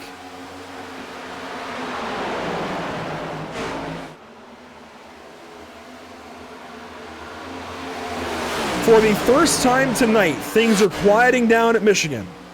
What has been a crazy, crazy day has finally settled into a normal, typical race, and we've got cars in trouble. Gray Walker blinking. He's back. He's gone. He's back. He's gone. He's back. What are we doing? Playing peekaboo? Oh, man. Well, it's about that time. Time is running out. It's time to talk about the North American Racing League Driver of the Day. And Zach, the floor is yours. To make that first nomination, it's going to be Scott Fritz, it sounds like. Got him. The man's hunting for a chase spot, and he's doing everything he can. He has had, for lack of a better expression, a day from hell. I mean, that is the worst type of stuff that you can have on the racetrack today. He's avoided wrecks that have given him damage. He's gotten damage that have resulted in him losing positions. You know, he's falling into the clutches of Gray Walker at the moment, and he's going to go down and end up being tied in position should he lose this spot here. He's doing all he can, Andrew. I mean, you can't help but nominate the man who is struggling on trying to make the chase. So a nomination there for Scott Fritz. I'm going to drop a couple of spots and go down to Zachary King and nominate the Stage 2 winner. Should we get a caution and get this guy back in it, we could see the 51 go back to victory lane for the second time this season. Zachary King, my nomination for Driver of the Day.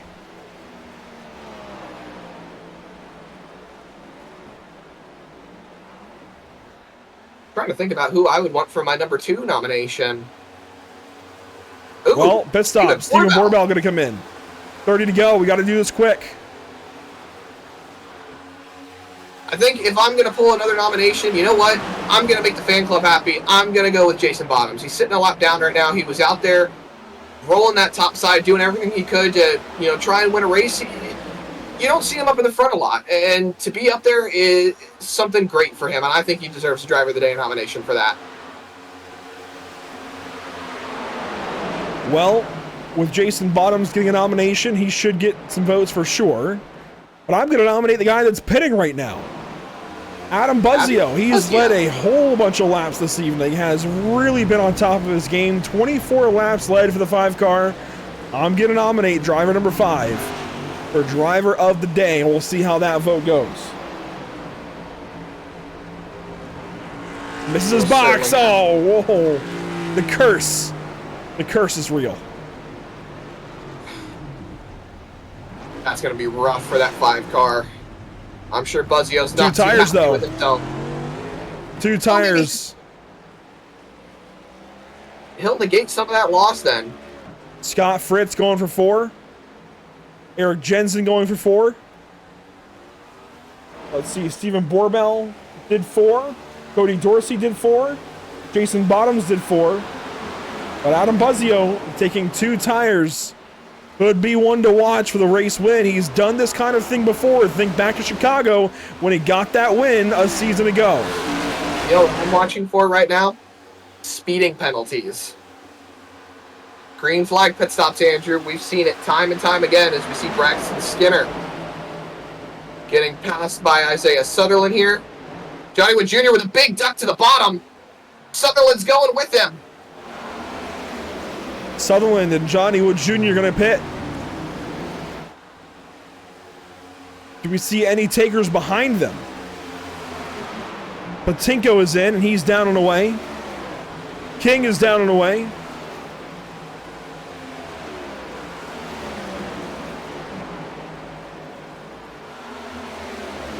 Dakota Camper stays out along with Mason Houseman and Brendan Maddox. There you see Borbell, who has pitted. He's in the 2. While this pit cycle gets underway, got to thank the partners here with the BRB Racing League, the Buttkicker, Ascendance Trucks, Ideal Lease, and Sundance Pizza. All doing so much for us, allowing these broadcasts to happen, allowing these races to take place, and helping this league every step of the way. Maddox looking for his box. Anderson finds his. Sam Dyer stayed out that lap. He stays on the racetrack along with Dakota Bly.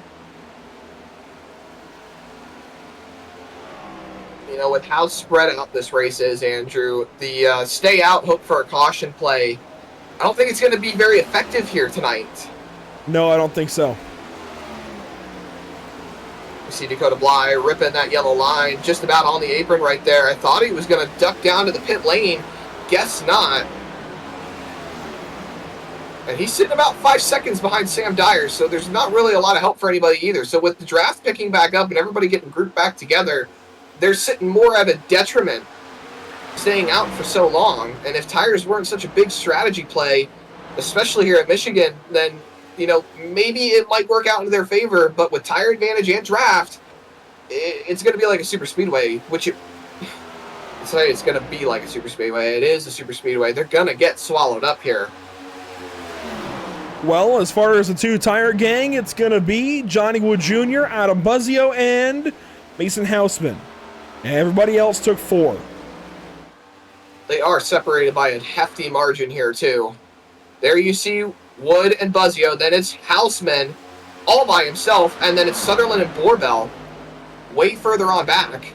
The next closest car to them would be Coulter Clark. He's over a second off of them. Then it's Maddox and Camper, your top 10. You know, a lot of fans, I'll say, Andrew, they tend to like the pack racing, the close together. But I love this. I love this kind of racing. We've seen Sam Dyer come into the pit lane. I love seeing him get spread out. I love seeing him try to work off the strategy. That is racing to me.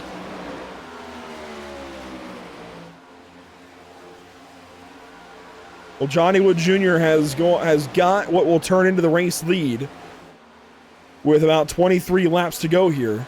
Adam Buzzio sits in second. Mason Houseman sits in third effectively. And Houseman has got no sense of this race lead draft. He's 1.6 seconds back, hanging on to everything he's got with those tires. Buzzio right now runs the inside big time there, and he's going to lose. I like Johnny Wood Jr. here for this. Unless we get a caution, I like the 75. And not just because he's leading, but looking at the whole picture, I don't think anybody's got anything on him right now.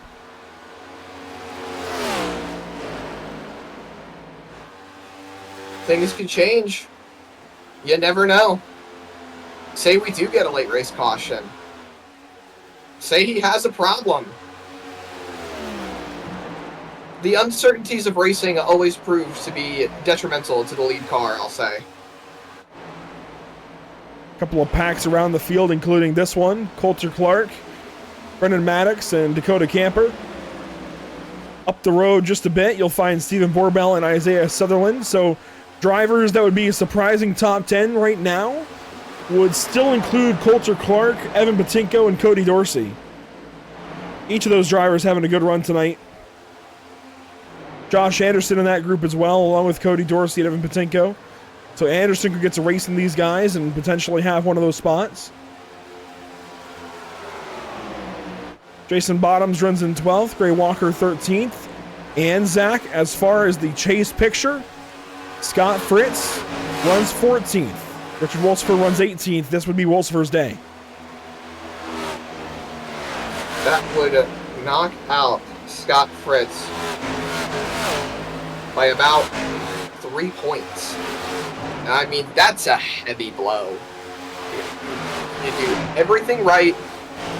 You try to stay out and do what you can, and to miss out on chasing a championship by 3 points, that's just huge. And I can't imagine what he's going through right now. I'm sure that he is praying that the caution comes out, praying something happens that could absolutely give him a better opportunity to put himself in contention to be in this chase. There's only so much. There's only so much you can do. The problem with a caution, Zach, is that could allow Wolfsburg to get back in the race too. So yes, you want a caution in his position. I'm not doubting that at all. But if a caution does come out, that could absolutely help the 56 even more. Well, down about 18 laps to go this next time by the flag stand. And so far, it's Johnny Wood Jr., Adam Buzzio separated by a second. Mason Houseman another second and a half back. Then Isaiah Sutherland even further back. And Coulter Clark rounds out your top 5. And that's about all there is to write home about right now. The field is spreading out. As this run goes on, getting more and more spread apart, feeling more and more like a classic NASCAR race where these guys are just left to run on their own. Just had a thought. Scott Fritz has led laps today, hasn't he? Has he led any laps at all? Well, you know, we've got a fancy thing here on the ticker. We can flip it over to laps led and check. And the answer is no, none. Nuts. They get a bonus point for leading a lap, Andrew, and they get a bonus point for leading the most laps, which at the moment would go to Adam Buzzio, but the longer Johnny Wood Jr. stays out in front, the more that's going to tick away from Buzzio's advantage. But if Fritz had led a lap, that could potentially give him a little bit of a leg up. But, you know, that's just the nice guy in me trying to see if we can find a way to get him up there. You know, while we talk about this, Scott Fritz is having some big-time connection difficulties. He has solidified back.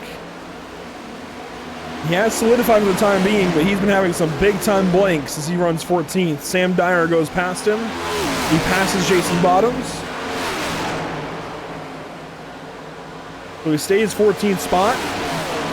He needs those 2 spots. He has to get them. That would put him 7 up, and that would tie him. Now, that's an interesting thing we didn't think about, Andrew. Who would get the tiebreaker? That's a good question. I don't know. 16 laps to go. If you can't beat him, tie him.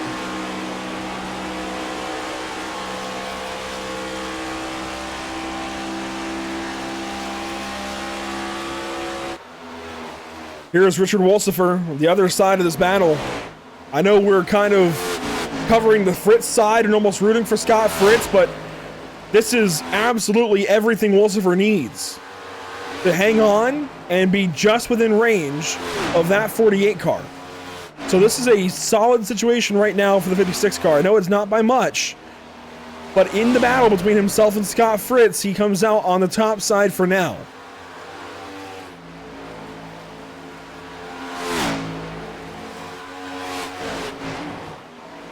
Meanwhile, for second, Adam Buzzio, Mason Houseman, they do battle. This is what I was talking about, Andrew. If you've got that single car speed, you can really bring it back up to those guys who are drafting. And Houseman has closed that gap back up to Adam Buzzio. Now we've got a good fight for second, and if Houseman can make quick work, or if they decide they can really work with each other, we could have a fight up for the race lead here in a few laps.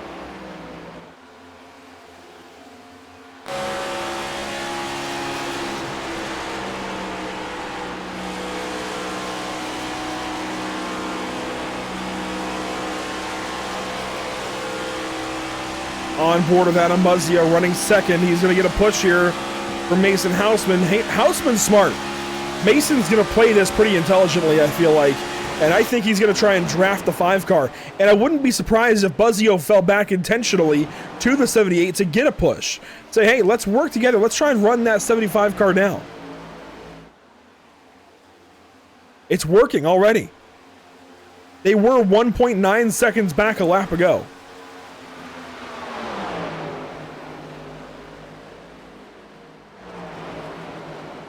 $12 to go, this time by, down to 1.6 seconds back. Think Johnny Wood Jr. has something to worry about now? I do. Well, he pulled a 10th on him down the straightaway.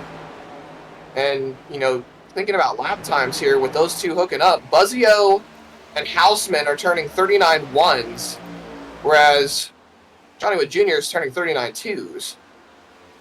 It's not much, but it's enough, I think. All they've got to do is get to about a half second back, and everything is up for up for grabs. Well, So this here is not goes what they Mason needed. Houseman. This is not smart. They fight too much. That could prove to be a problem. Houseman all the way to the bottom. Is he going to get clear of the 5 at the line? Maybe just barely. Going into the corner. Get back hooked up, gentlemen. Because if you want to go up there and fight it, you got to stay hooked up. Do they take aspects of, you know, how you would run at Daytona and, you know, maybe do some Indian runs here?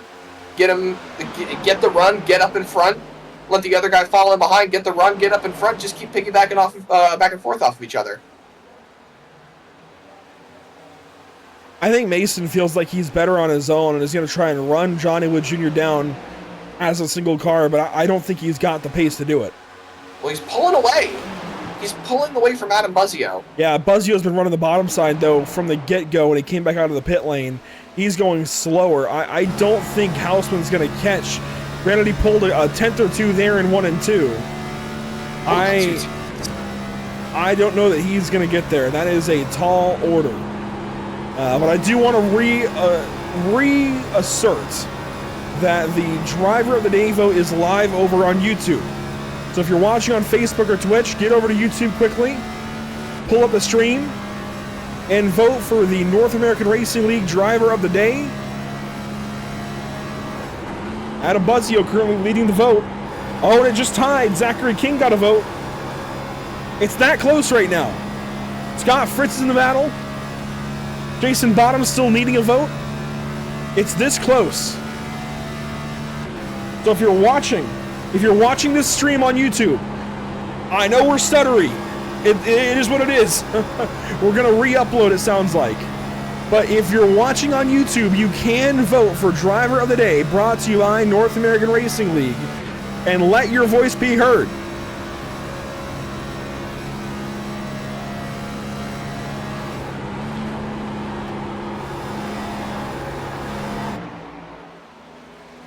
There's a solid battle for 4th. Isaiah Sutherland, Brendan Maddox, Dakota Camper, and Adam, sorry, not Adam, that's Stephen Borbell. Coulter Clark runs behind these guys. And Scott Fritz still runs 14th, although he is on his own now. Here goes Maddox on Sutherland. The only thing that could save Fritz is a caution. I know you sell. Oh, Camper in the wall. Maybe we'll get it. There's still time. 7 laps to go. Maddox and Sutherland beating off each other right there going into the corner. Max is going to come up. They're going to stay side by side. I sincerely thought he was going to get hooked there for a second. Yeah, it's been close this last lap. Contact there into turn 3 between Maddox and Sutherland. Camper's Maddox coming pulls back. an advantage. Camper going to side with his teammate and roll on by. Where does Borbell go?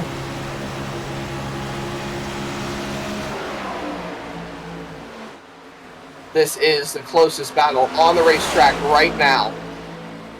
This is your fight to stay inside the top 5. Sutherland's got an advantage now, so Camper's just getting mired back, fighting with that 8-car Brendan Maddox. They slot in single file. Borbell's happy about that one, I'm sure. So he's going to have a car closer to him to suck up a little bit more in the draft. Now Camper, fighting with his teammate, going to cross him up off the corner, take a look to the inside line. They'll stay single file and snake down the front straightaway. Maddox coming back to that 3-car. It's 5 laps to go. 3 wide going into the corner. Sutherland gets clear. Maddox way down to the bottom. Dove up underneath the 24 car. Separates these two at the very least. Gets into the wall. The wall. He got tapped by Camper. They're going to make contact. They're not happy with each other.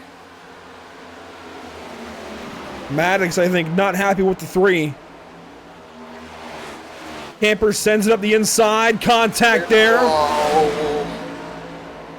Watch it here off the corner. Maddox lets it go. I don't know. Still holding him down there on the front straightaway, not letting him come all the way back up. Camper slides up. Oh, that could have been way worse than it was. Maddox now fully clear of the 3. Camper falls back to the clutches of Boorbell, and now they're a little bit more spread out. And back up front as we come around to 3 laps to go, Mason Houseman has not run down that 75 car at all.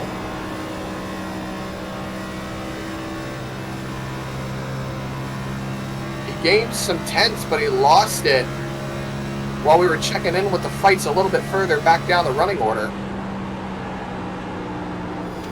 All right, 3 Zachary laps to King go. and Adam Buzzio are still tied in the driver of the day vote. Zachary King and Adam Buzzio tied right now. You've got to make your vote on YouTube. Get on over there. Dakota Camper, Stephen Borbell going back at it as we ride on board with Mason Houseman. Let's check back in with that battle. Camper goes by the 2. Gonna try and chase the 8 car back down. 2 laps to go.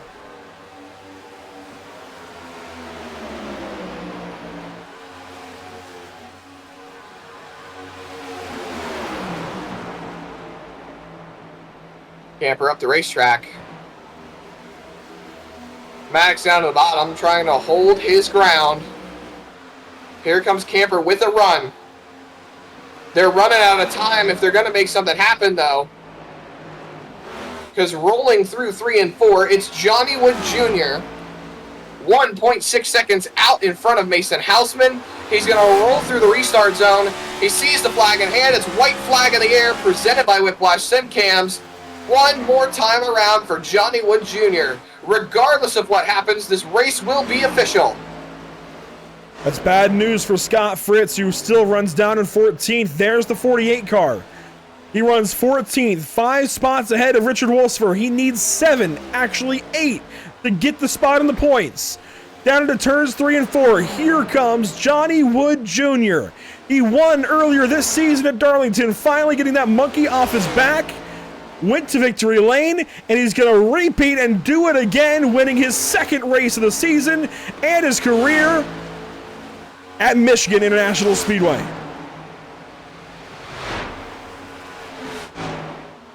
Car 75 to victory lane. Scott Fritz able to go no further forward. He will finish 14th.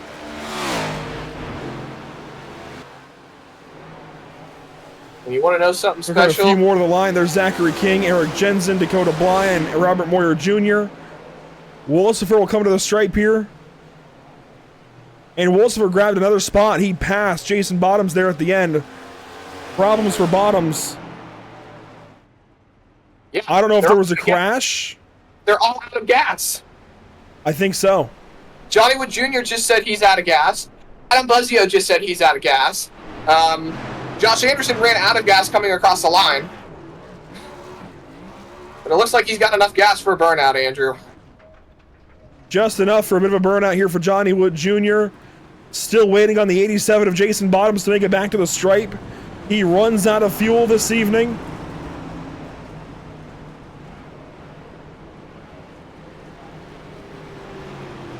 And Johnny Wood Jr. is able to park it in victory lane. There we go. Finally, Jason Bottoms will cross the stripe. Richard Wolfsburg grabbed another spot. That makes it even more so his position in the chase.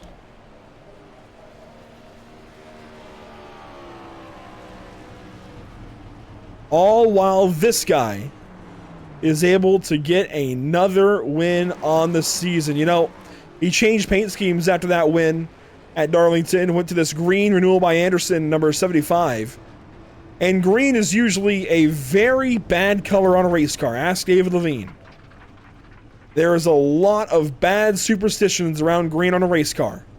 And why would that be exactly? It's just one of those superstitions. It's a bad luck color. But he shows here this evening that green looks okay on a race car here in victory lane. Oh boy. A race win for Johnny Wood Jr., second on the season.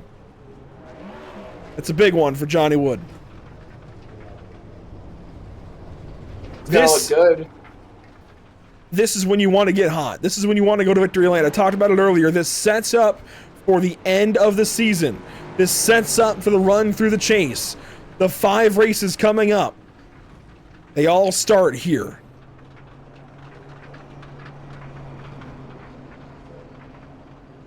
Wolfsburg going to push his teammate back to pit lane. And Wolfsburg should just stay in the chase.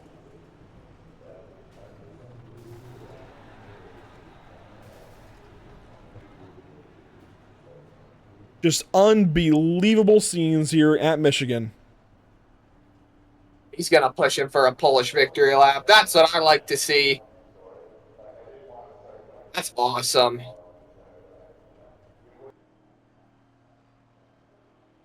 Are they going to slide on the banking, though? They've got enough speed. Think about. What is it? You need like 60 miles an hour, 35 or something, so you don't slide down the banking? That's at Talladega, though. Which is a race coming up that these guys are going to have to fight through in the chase. They've got a lot of great races that are going to be... I'm just going to say it right now, all 5 of those races are going to be certified bangers. They're going to be off the chart. You're going to a short track-esque intermediate style track, switching up to a road course, go to Talladega, and, you know, I'm going to state this for the record now, Andrew. If you can say Pocono has 5 turns, then I'm going to say Rockingham's a short track. Rockingham's not a short track. Not going to let you get that one in. Pocono doesn't have 5 turns. That's a debate for another day. That's a debate for race 9 back on January 28th. But that'll do it for us this evening as far as on-track action. We'll talk with our drivers at the end of this one. Go back and get a look at it with Johnny Wood Jr. out front. And let's take a look through your unofficial race results first.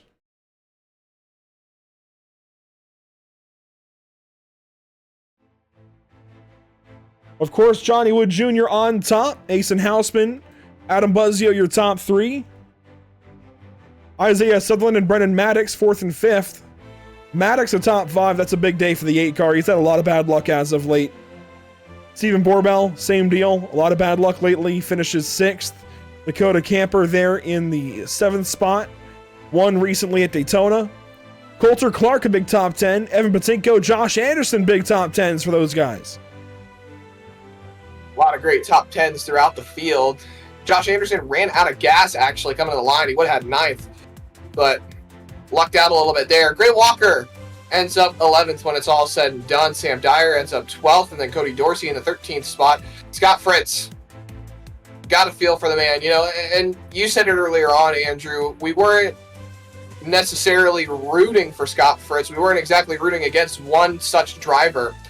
We were more so rooting for the fight that those two were going to have on that last playoff spot. Zachary King ends up 15th. Eric Jensen ends up 16th. Dakota Bly, 17th on the night. And then Richard Wolsifer, like you said, Andrew, he ends up 18th when it's all said and done. He gets 1 spot at the end and gets by Jason Bottoms, who ends up 19th. And Jared Hughes rounds out your top 20 drivers. Finishing 21st this evening at Michigan, you'll find Braxton Skinner 1 lap down. Robert Moyer Jr. 22nd. Matthew Selby 23rd, 17 laps down. Patrick Hernandez, an early exit here of 24th. Carl Pooler, 51 laps down and will miss the chase. He has had race-winning speed at times. Certainly chase contending speed. That is going to be a crime to see Carl Pooler not a part of the chase for the championship this season. Nicholas Renner 26th, Dustin Stallings 27th. He'll just barely stay in the chase, I believe. Zachary Maddox 28th and Matthew Catania also just going to stay in the chase. 29th position when it's all said and done. Now that the results are over, we can announce the NARL Driver of the Day.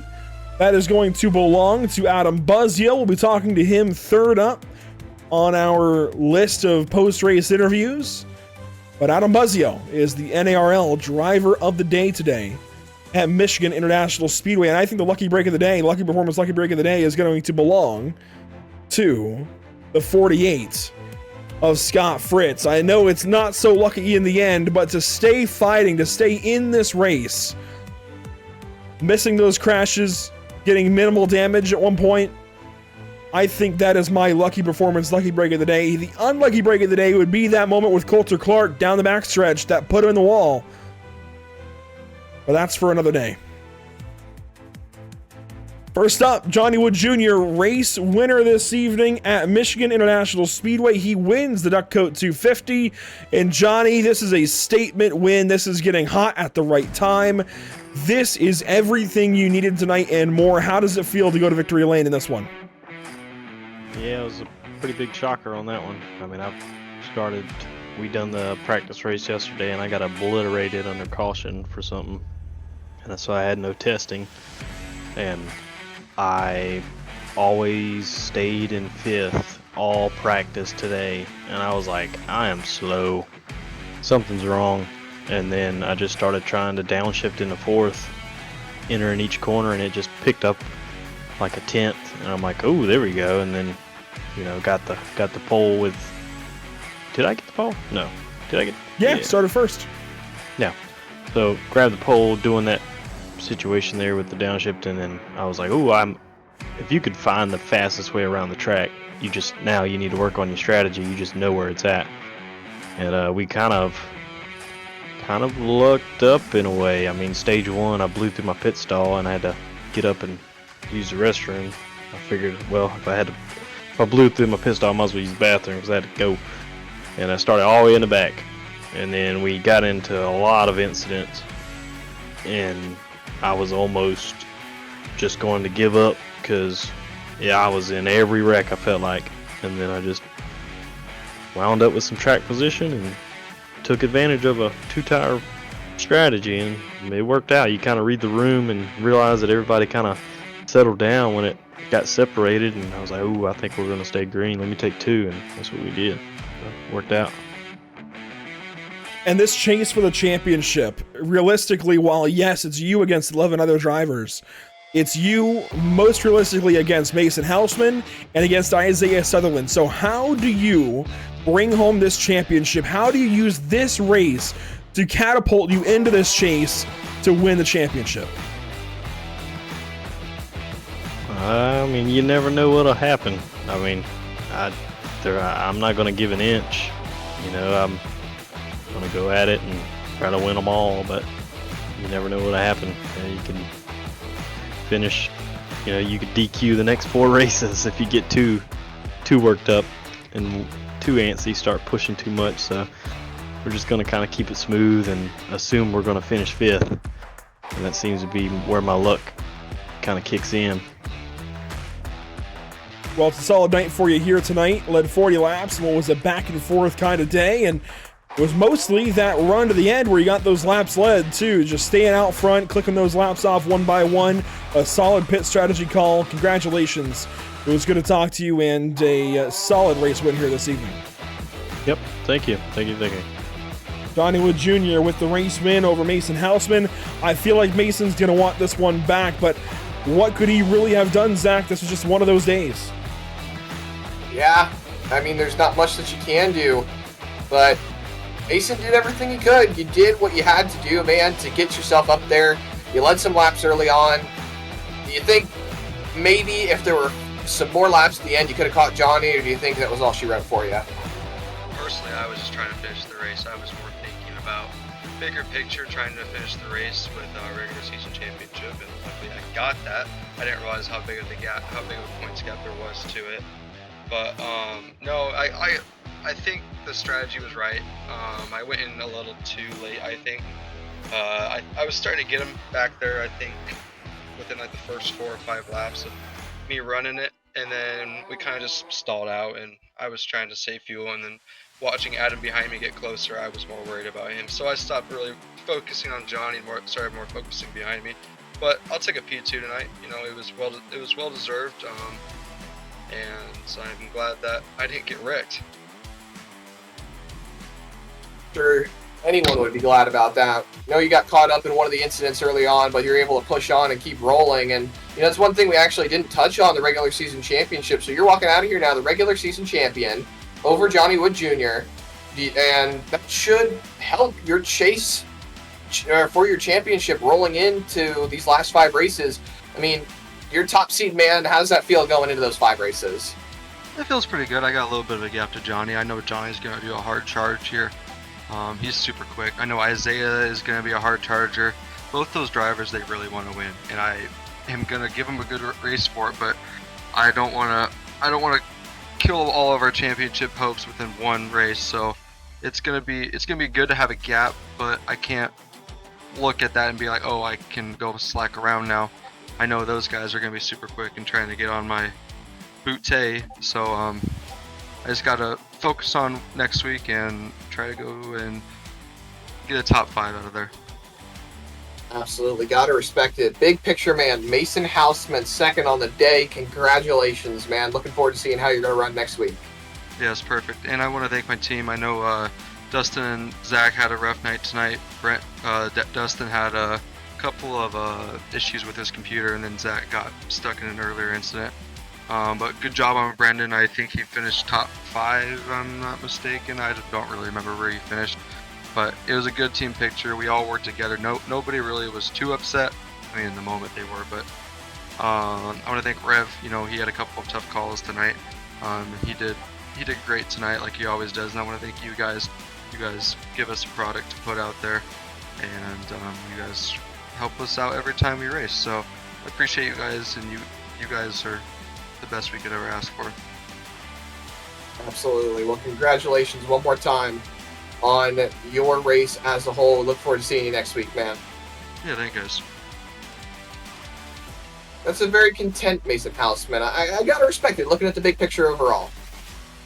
Absolutely. We'll walk on down and grab 3rd place Adam Buzzio, who will go for today's driver of the day. And that's got to feel pretty good. You led a bunch of laps. You're out front a lot, battling for the race lead through about all of stage 2 and all of stage 3. But what could you have done differently there at the end, Adam, to get this race win? It felt like Chicagoland almost all over again. The opportunity was there. What could you have done differently to get that opportunity and get this race win? Yeah, I was off on the strategy, man. I went in about 2 laps earlier than I should have. And I gave up some time on pit entry too. I forgot to practice pit entry. It wasn't a terrible pit entry, but I definitely gave up, a second or 2 there. If I didn't give that up, I would have came out ahead of Johnny by a good amount. But it wouldn't have mattered. I had to save fuel. I ran out crossing the line, even with saving. So it just, with having to save, I wasn't able to really race as hard as I needed to, and that's why Johnny got away from me there. Once the cycle ended. So. Pit strategy. I wanted to be first, not first, but I wanted to get in early. It just worked for me in the past, so I wanted to try it again. And, you never know how things are gonna play out. I'm super happy about getting a podium. Little disappointed. Definitely think we could have won tonight. But hey, it was a blast though. I had a great time racing tonight, and I won something. I got driver of the day, so that counts for something, right? Absolutely, and coming from 25th as well to do it, that's a statement on the day, and this is a race where a statement needs to be made going into the chase. So how do you ride this wave of momentum going into the chase and kick things off with a bang and try and get this championship away? Yeah, we have a couple good tracks coming up. We've had some decent momentum the last couple weeks. We were kind of running 8th, 9th, 10th. A lot of the season with some stage points.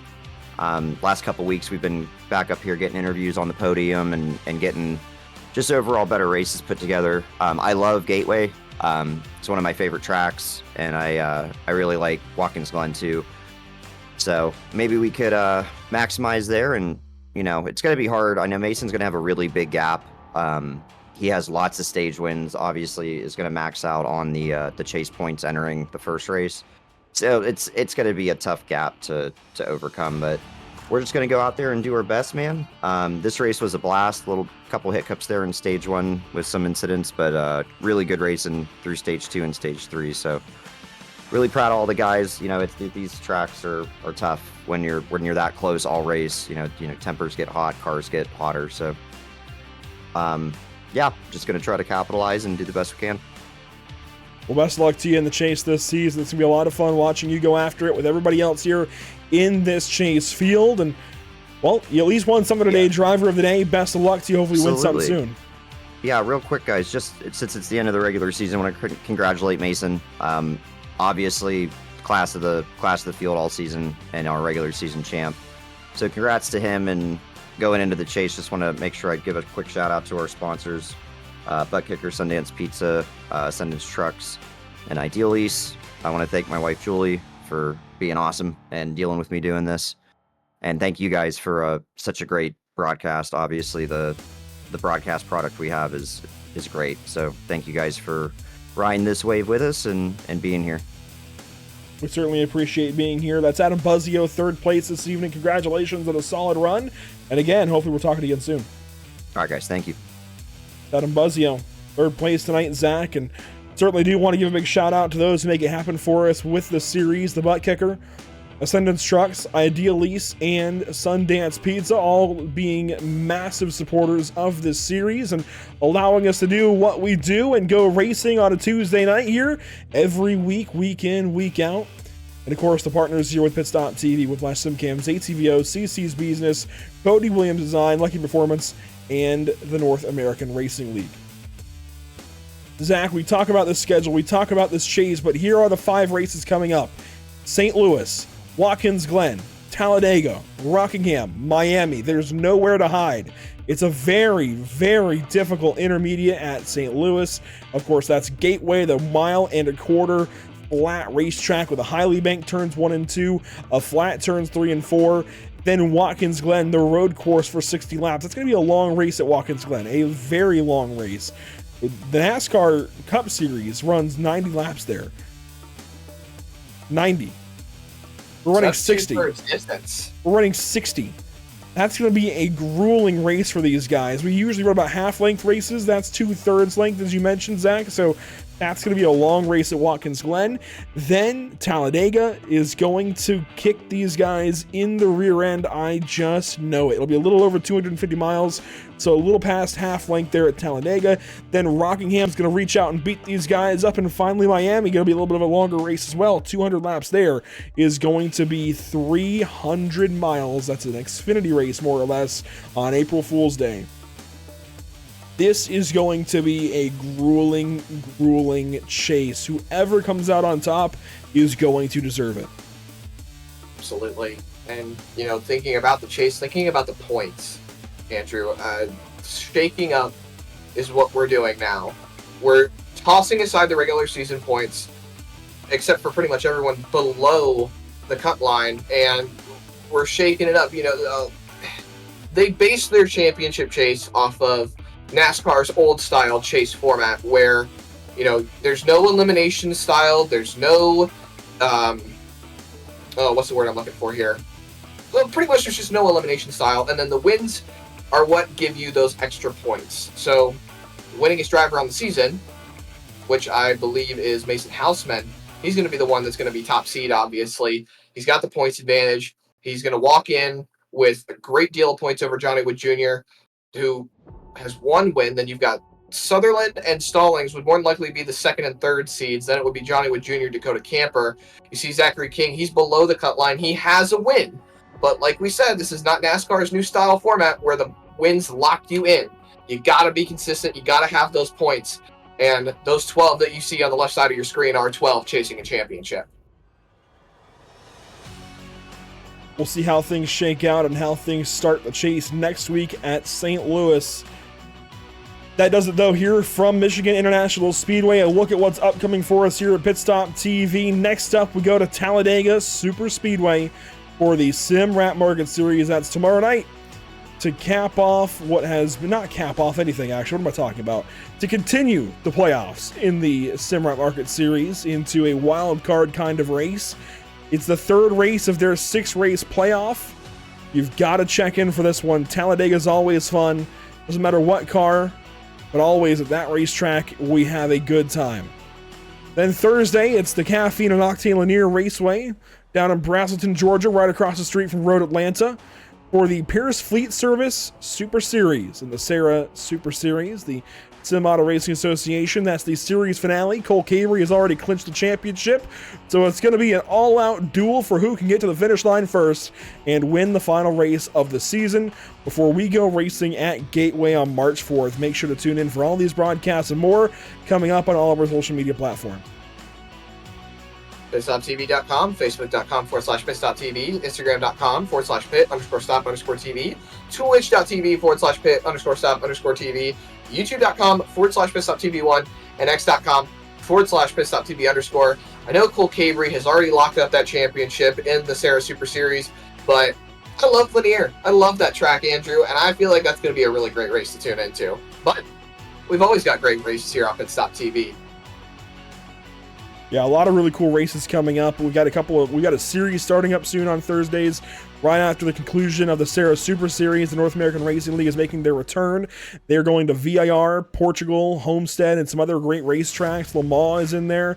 Going to be a very fun series coming up on Thursday nights. Mason Houseman should be joining me on commentary for those, so he could be winning a championship and then joining us for commentary all at the same time before he ships out to boot camp for the Air Force. I mean, just great things coming up here at Pit Stop TV. A lot of really cool things happening this spring. You've got to tune in for each one of these broadcasts coming up soon. But Zach, any final words before we depart from Michigan? Ready for the chase.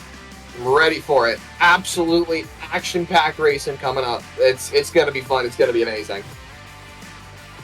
Well, make sure to tune in next week for the Gateway race coming up soon. St. Louis is going to be a lot of fun. The first race of the chase here in the BRB Racing League. But of course, make sure to tune in tomorrow night for the Simrap Market Series. That'll do it for us here at Michigan International Speedway. Thanks so much for tuning in. We will see you all next time here at Pit Stop TV. It's been fun, but we'll catch you on the flip side.